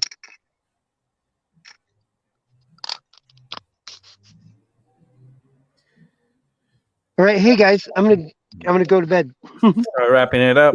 Things to do. Yep. Yeah, Great talk. Yeah, I'm gonna wrap up the show too, because I've been on here for 3 hours and I'm done. Yeah, hey, I tell you, you and there's only 2 or 3 other people that I feel comfortable talking with. And you're just one, man. I tell you. Yeah, man. Cool. Thank you so much. Yeah, thanks. Yeah, I like talking to you. You're so interesting. So it's like every time you come, it's always a good talk. Very cool. Very cool. Yeah, I bought into all that negative narrative, and for me, I bought into it too hard. I realized that it was, out of place to go disrupt people's lives with it. If they were happy and just doing their thing and not contributing to this, I felt like I created a lot of that with the negative energy that was drawn out of me by it. I gave it more life than I should have. Mm-hmm.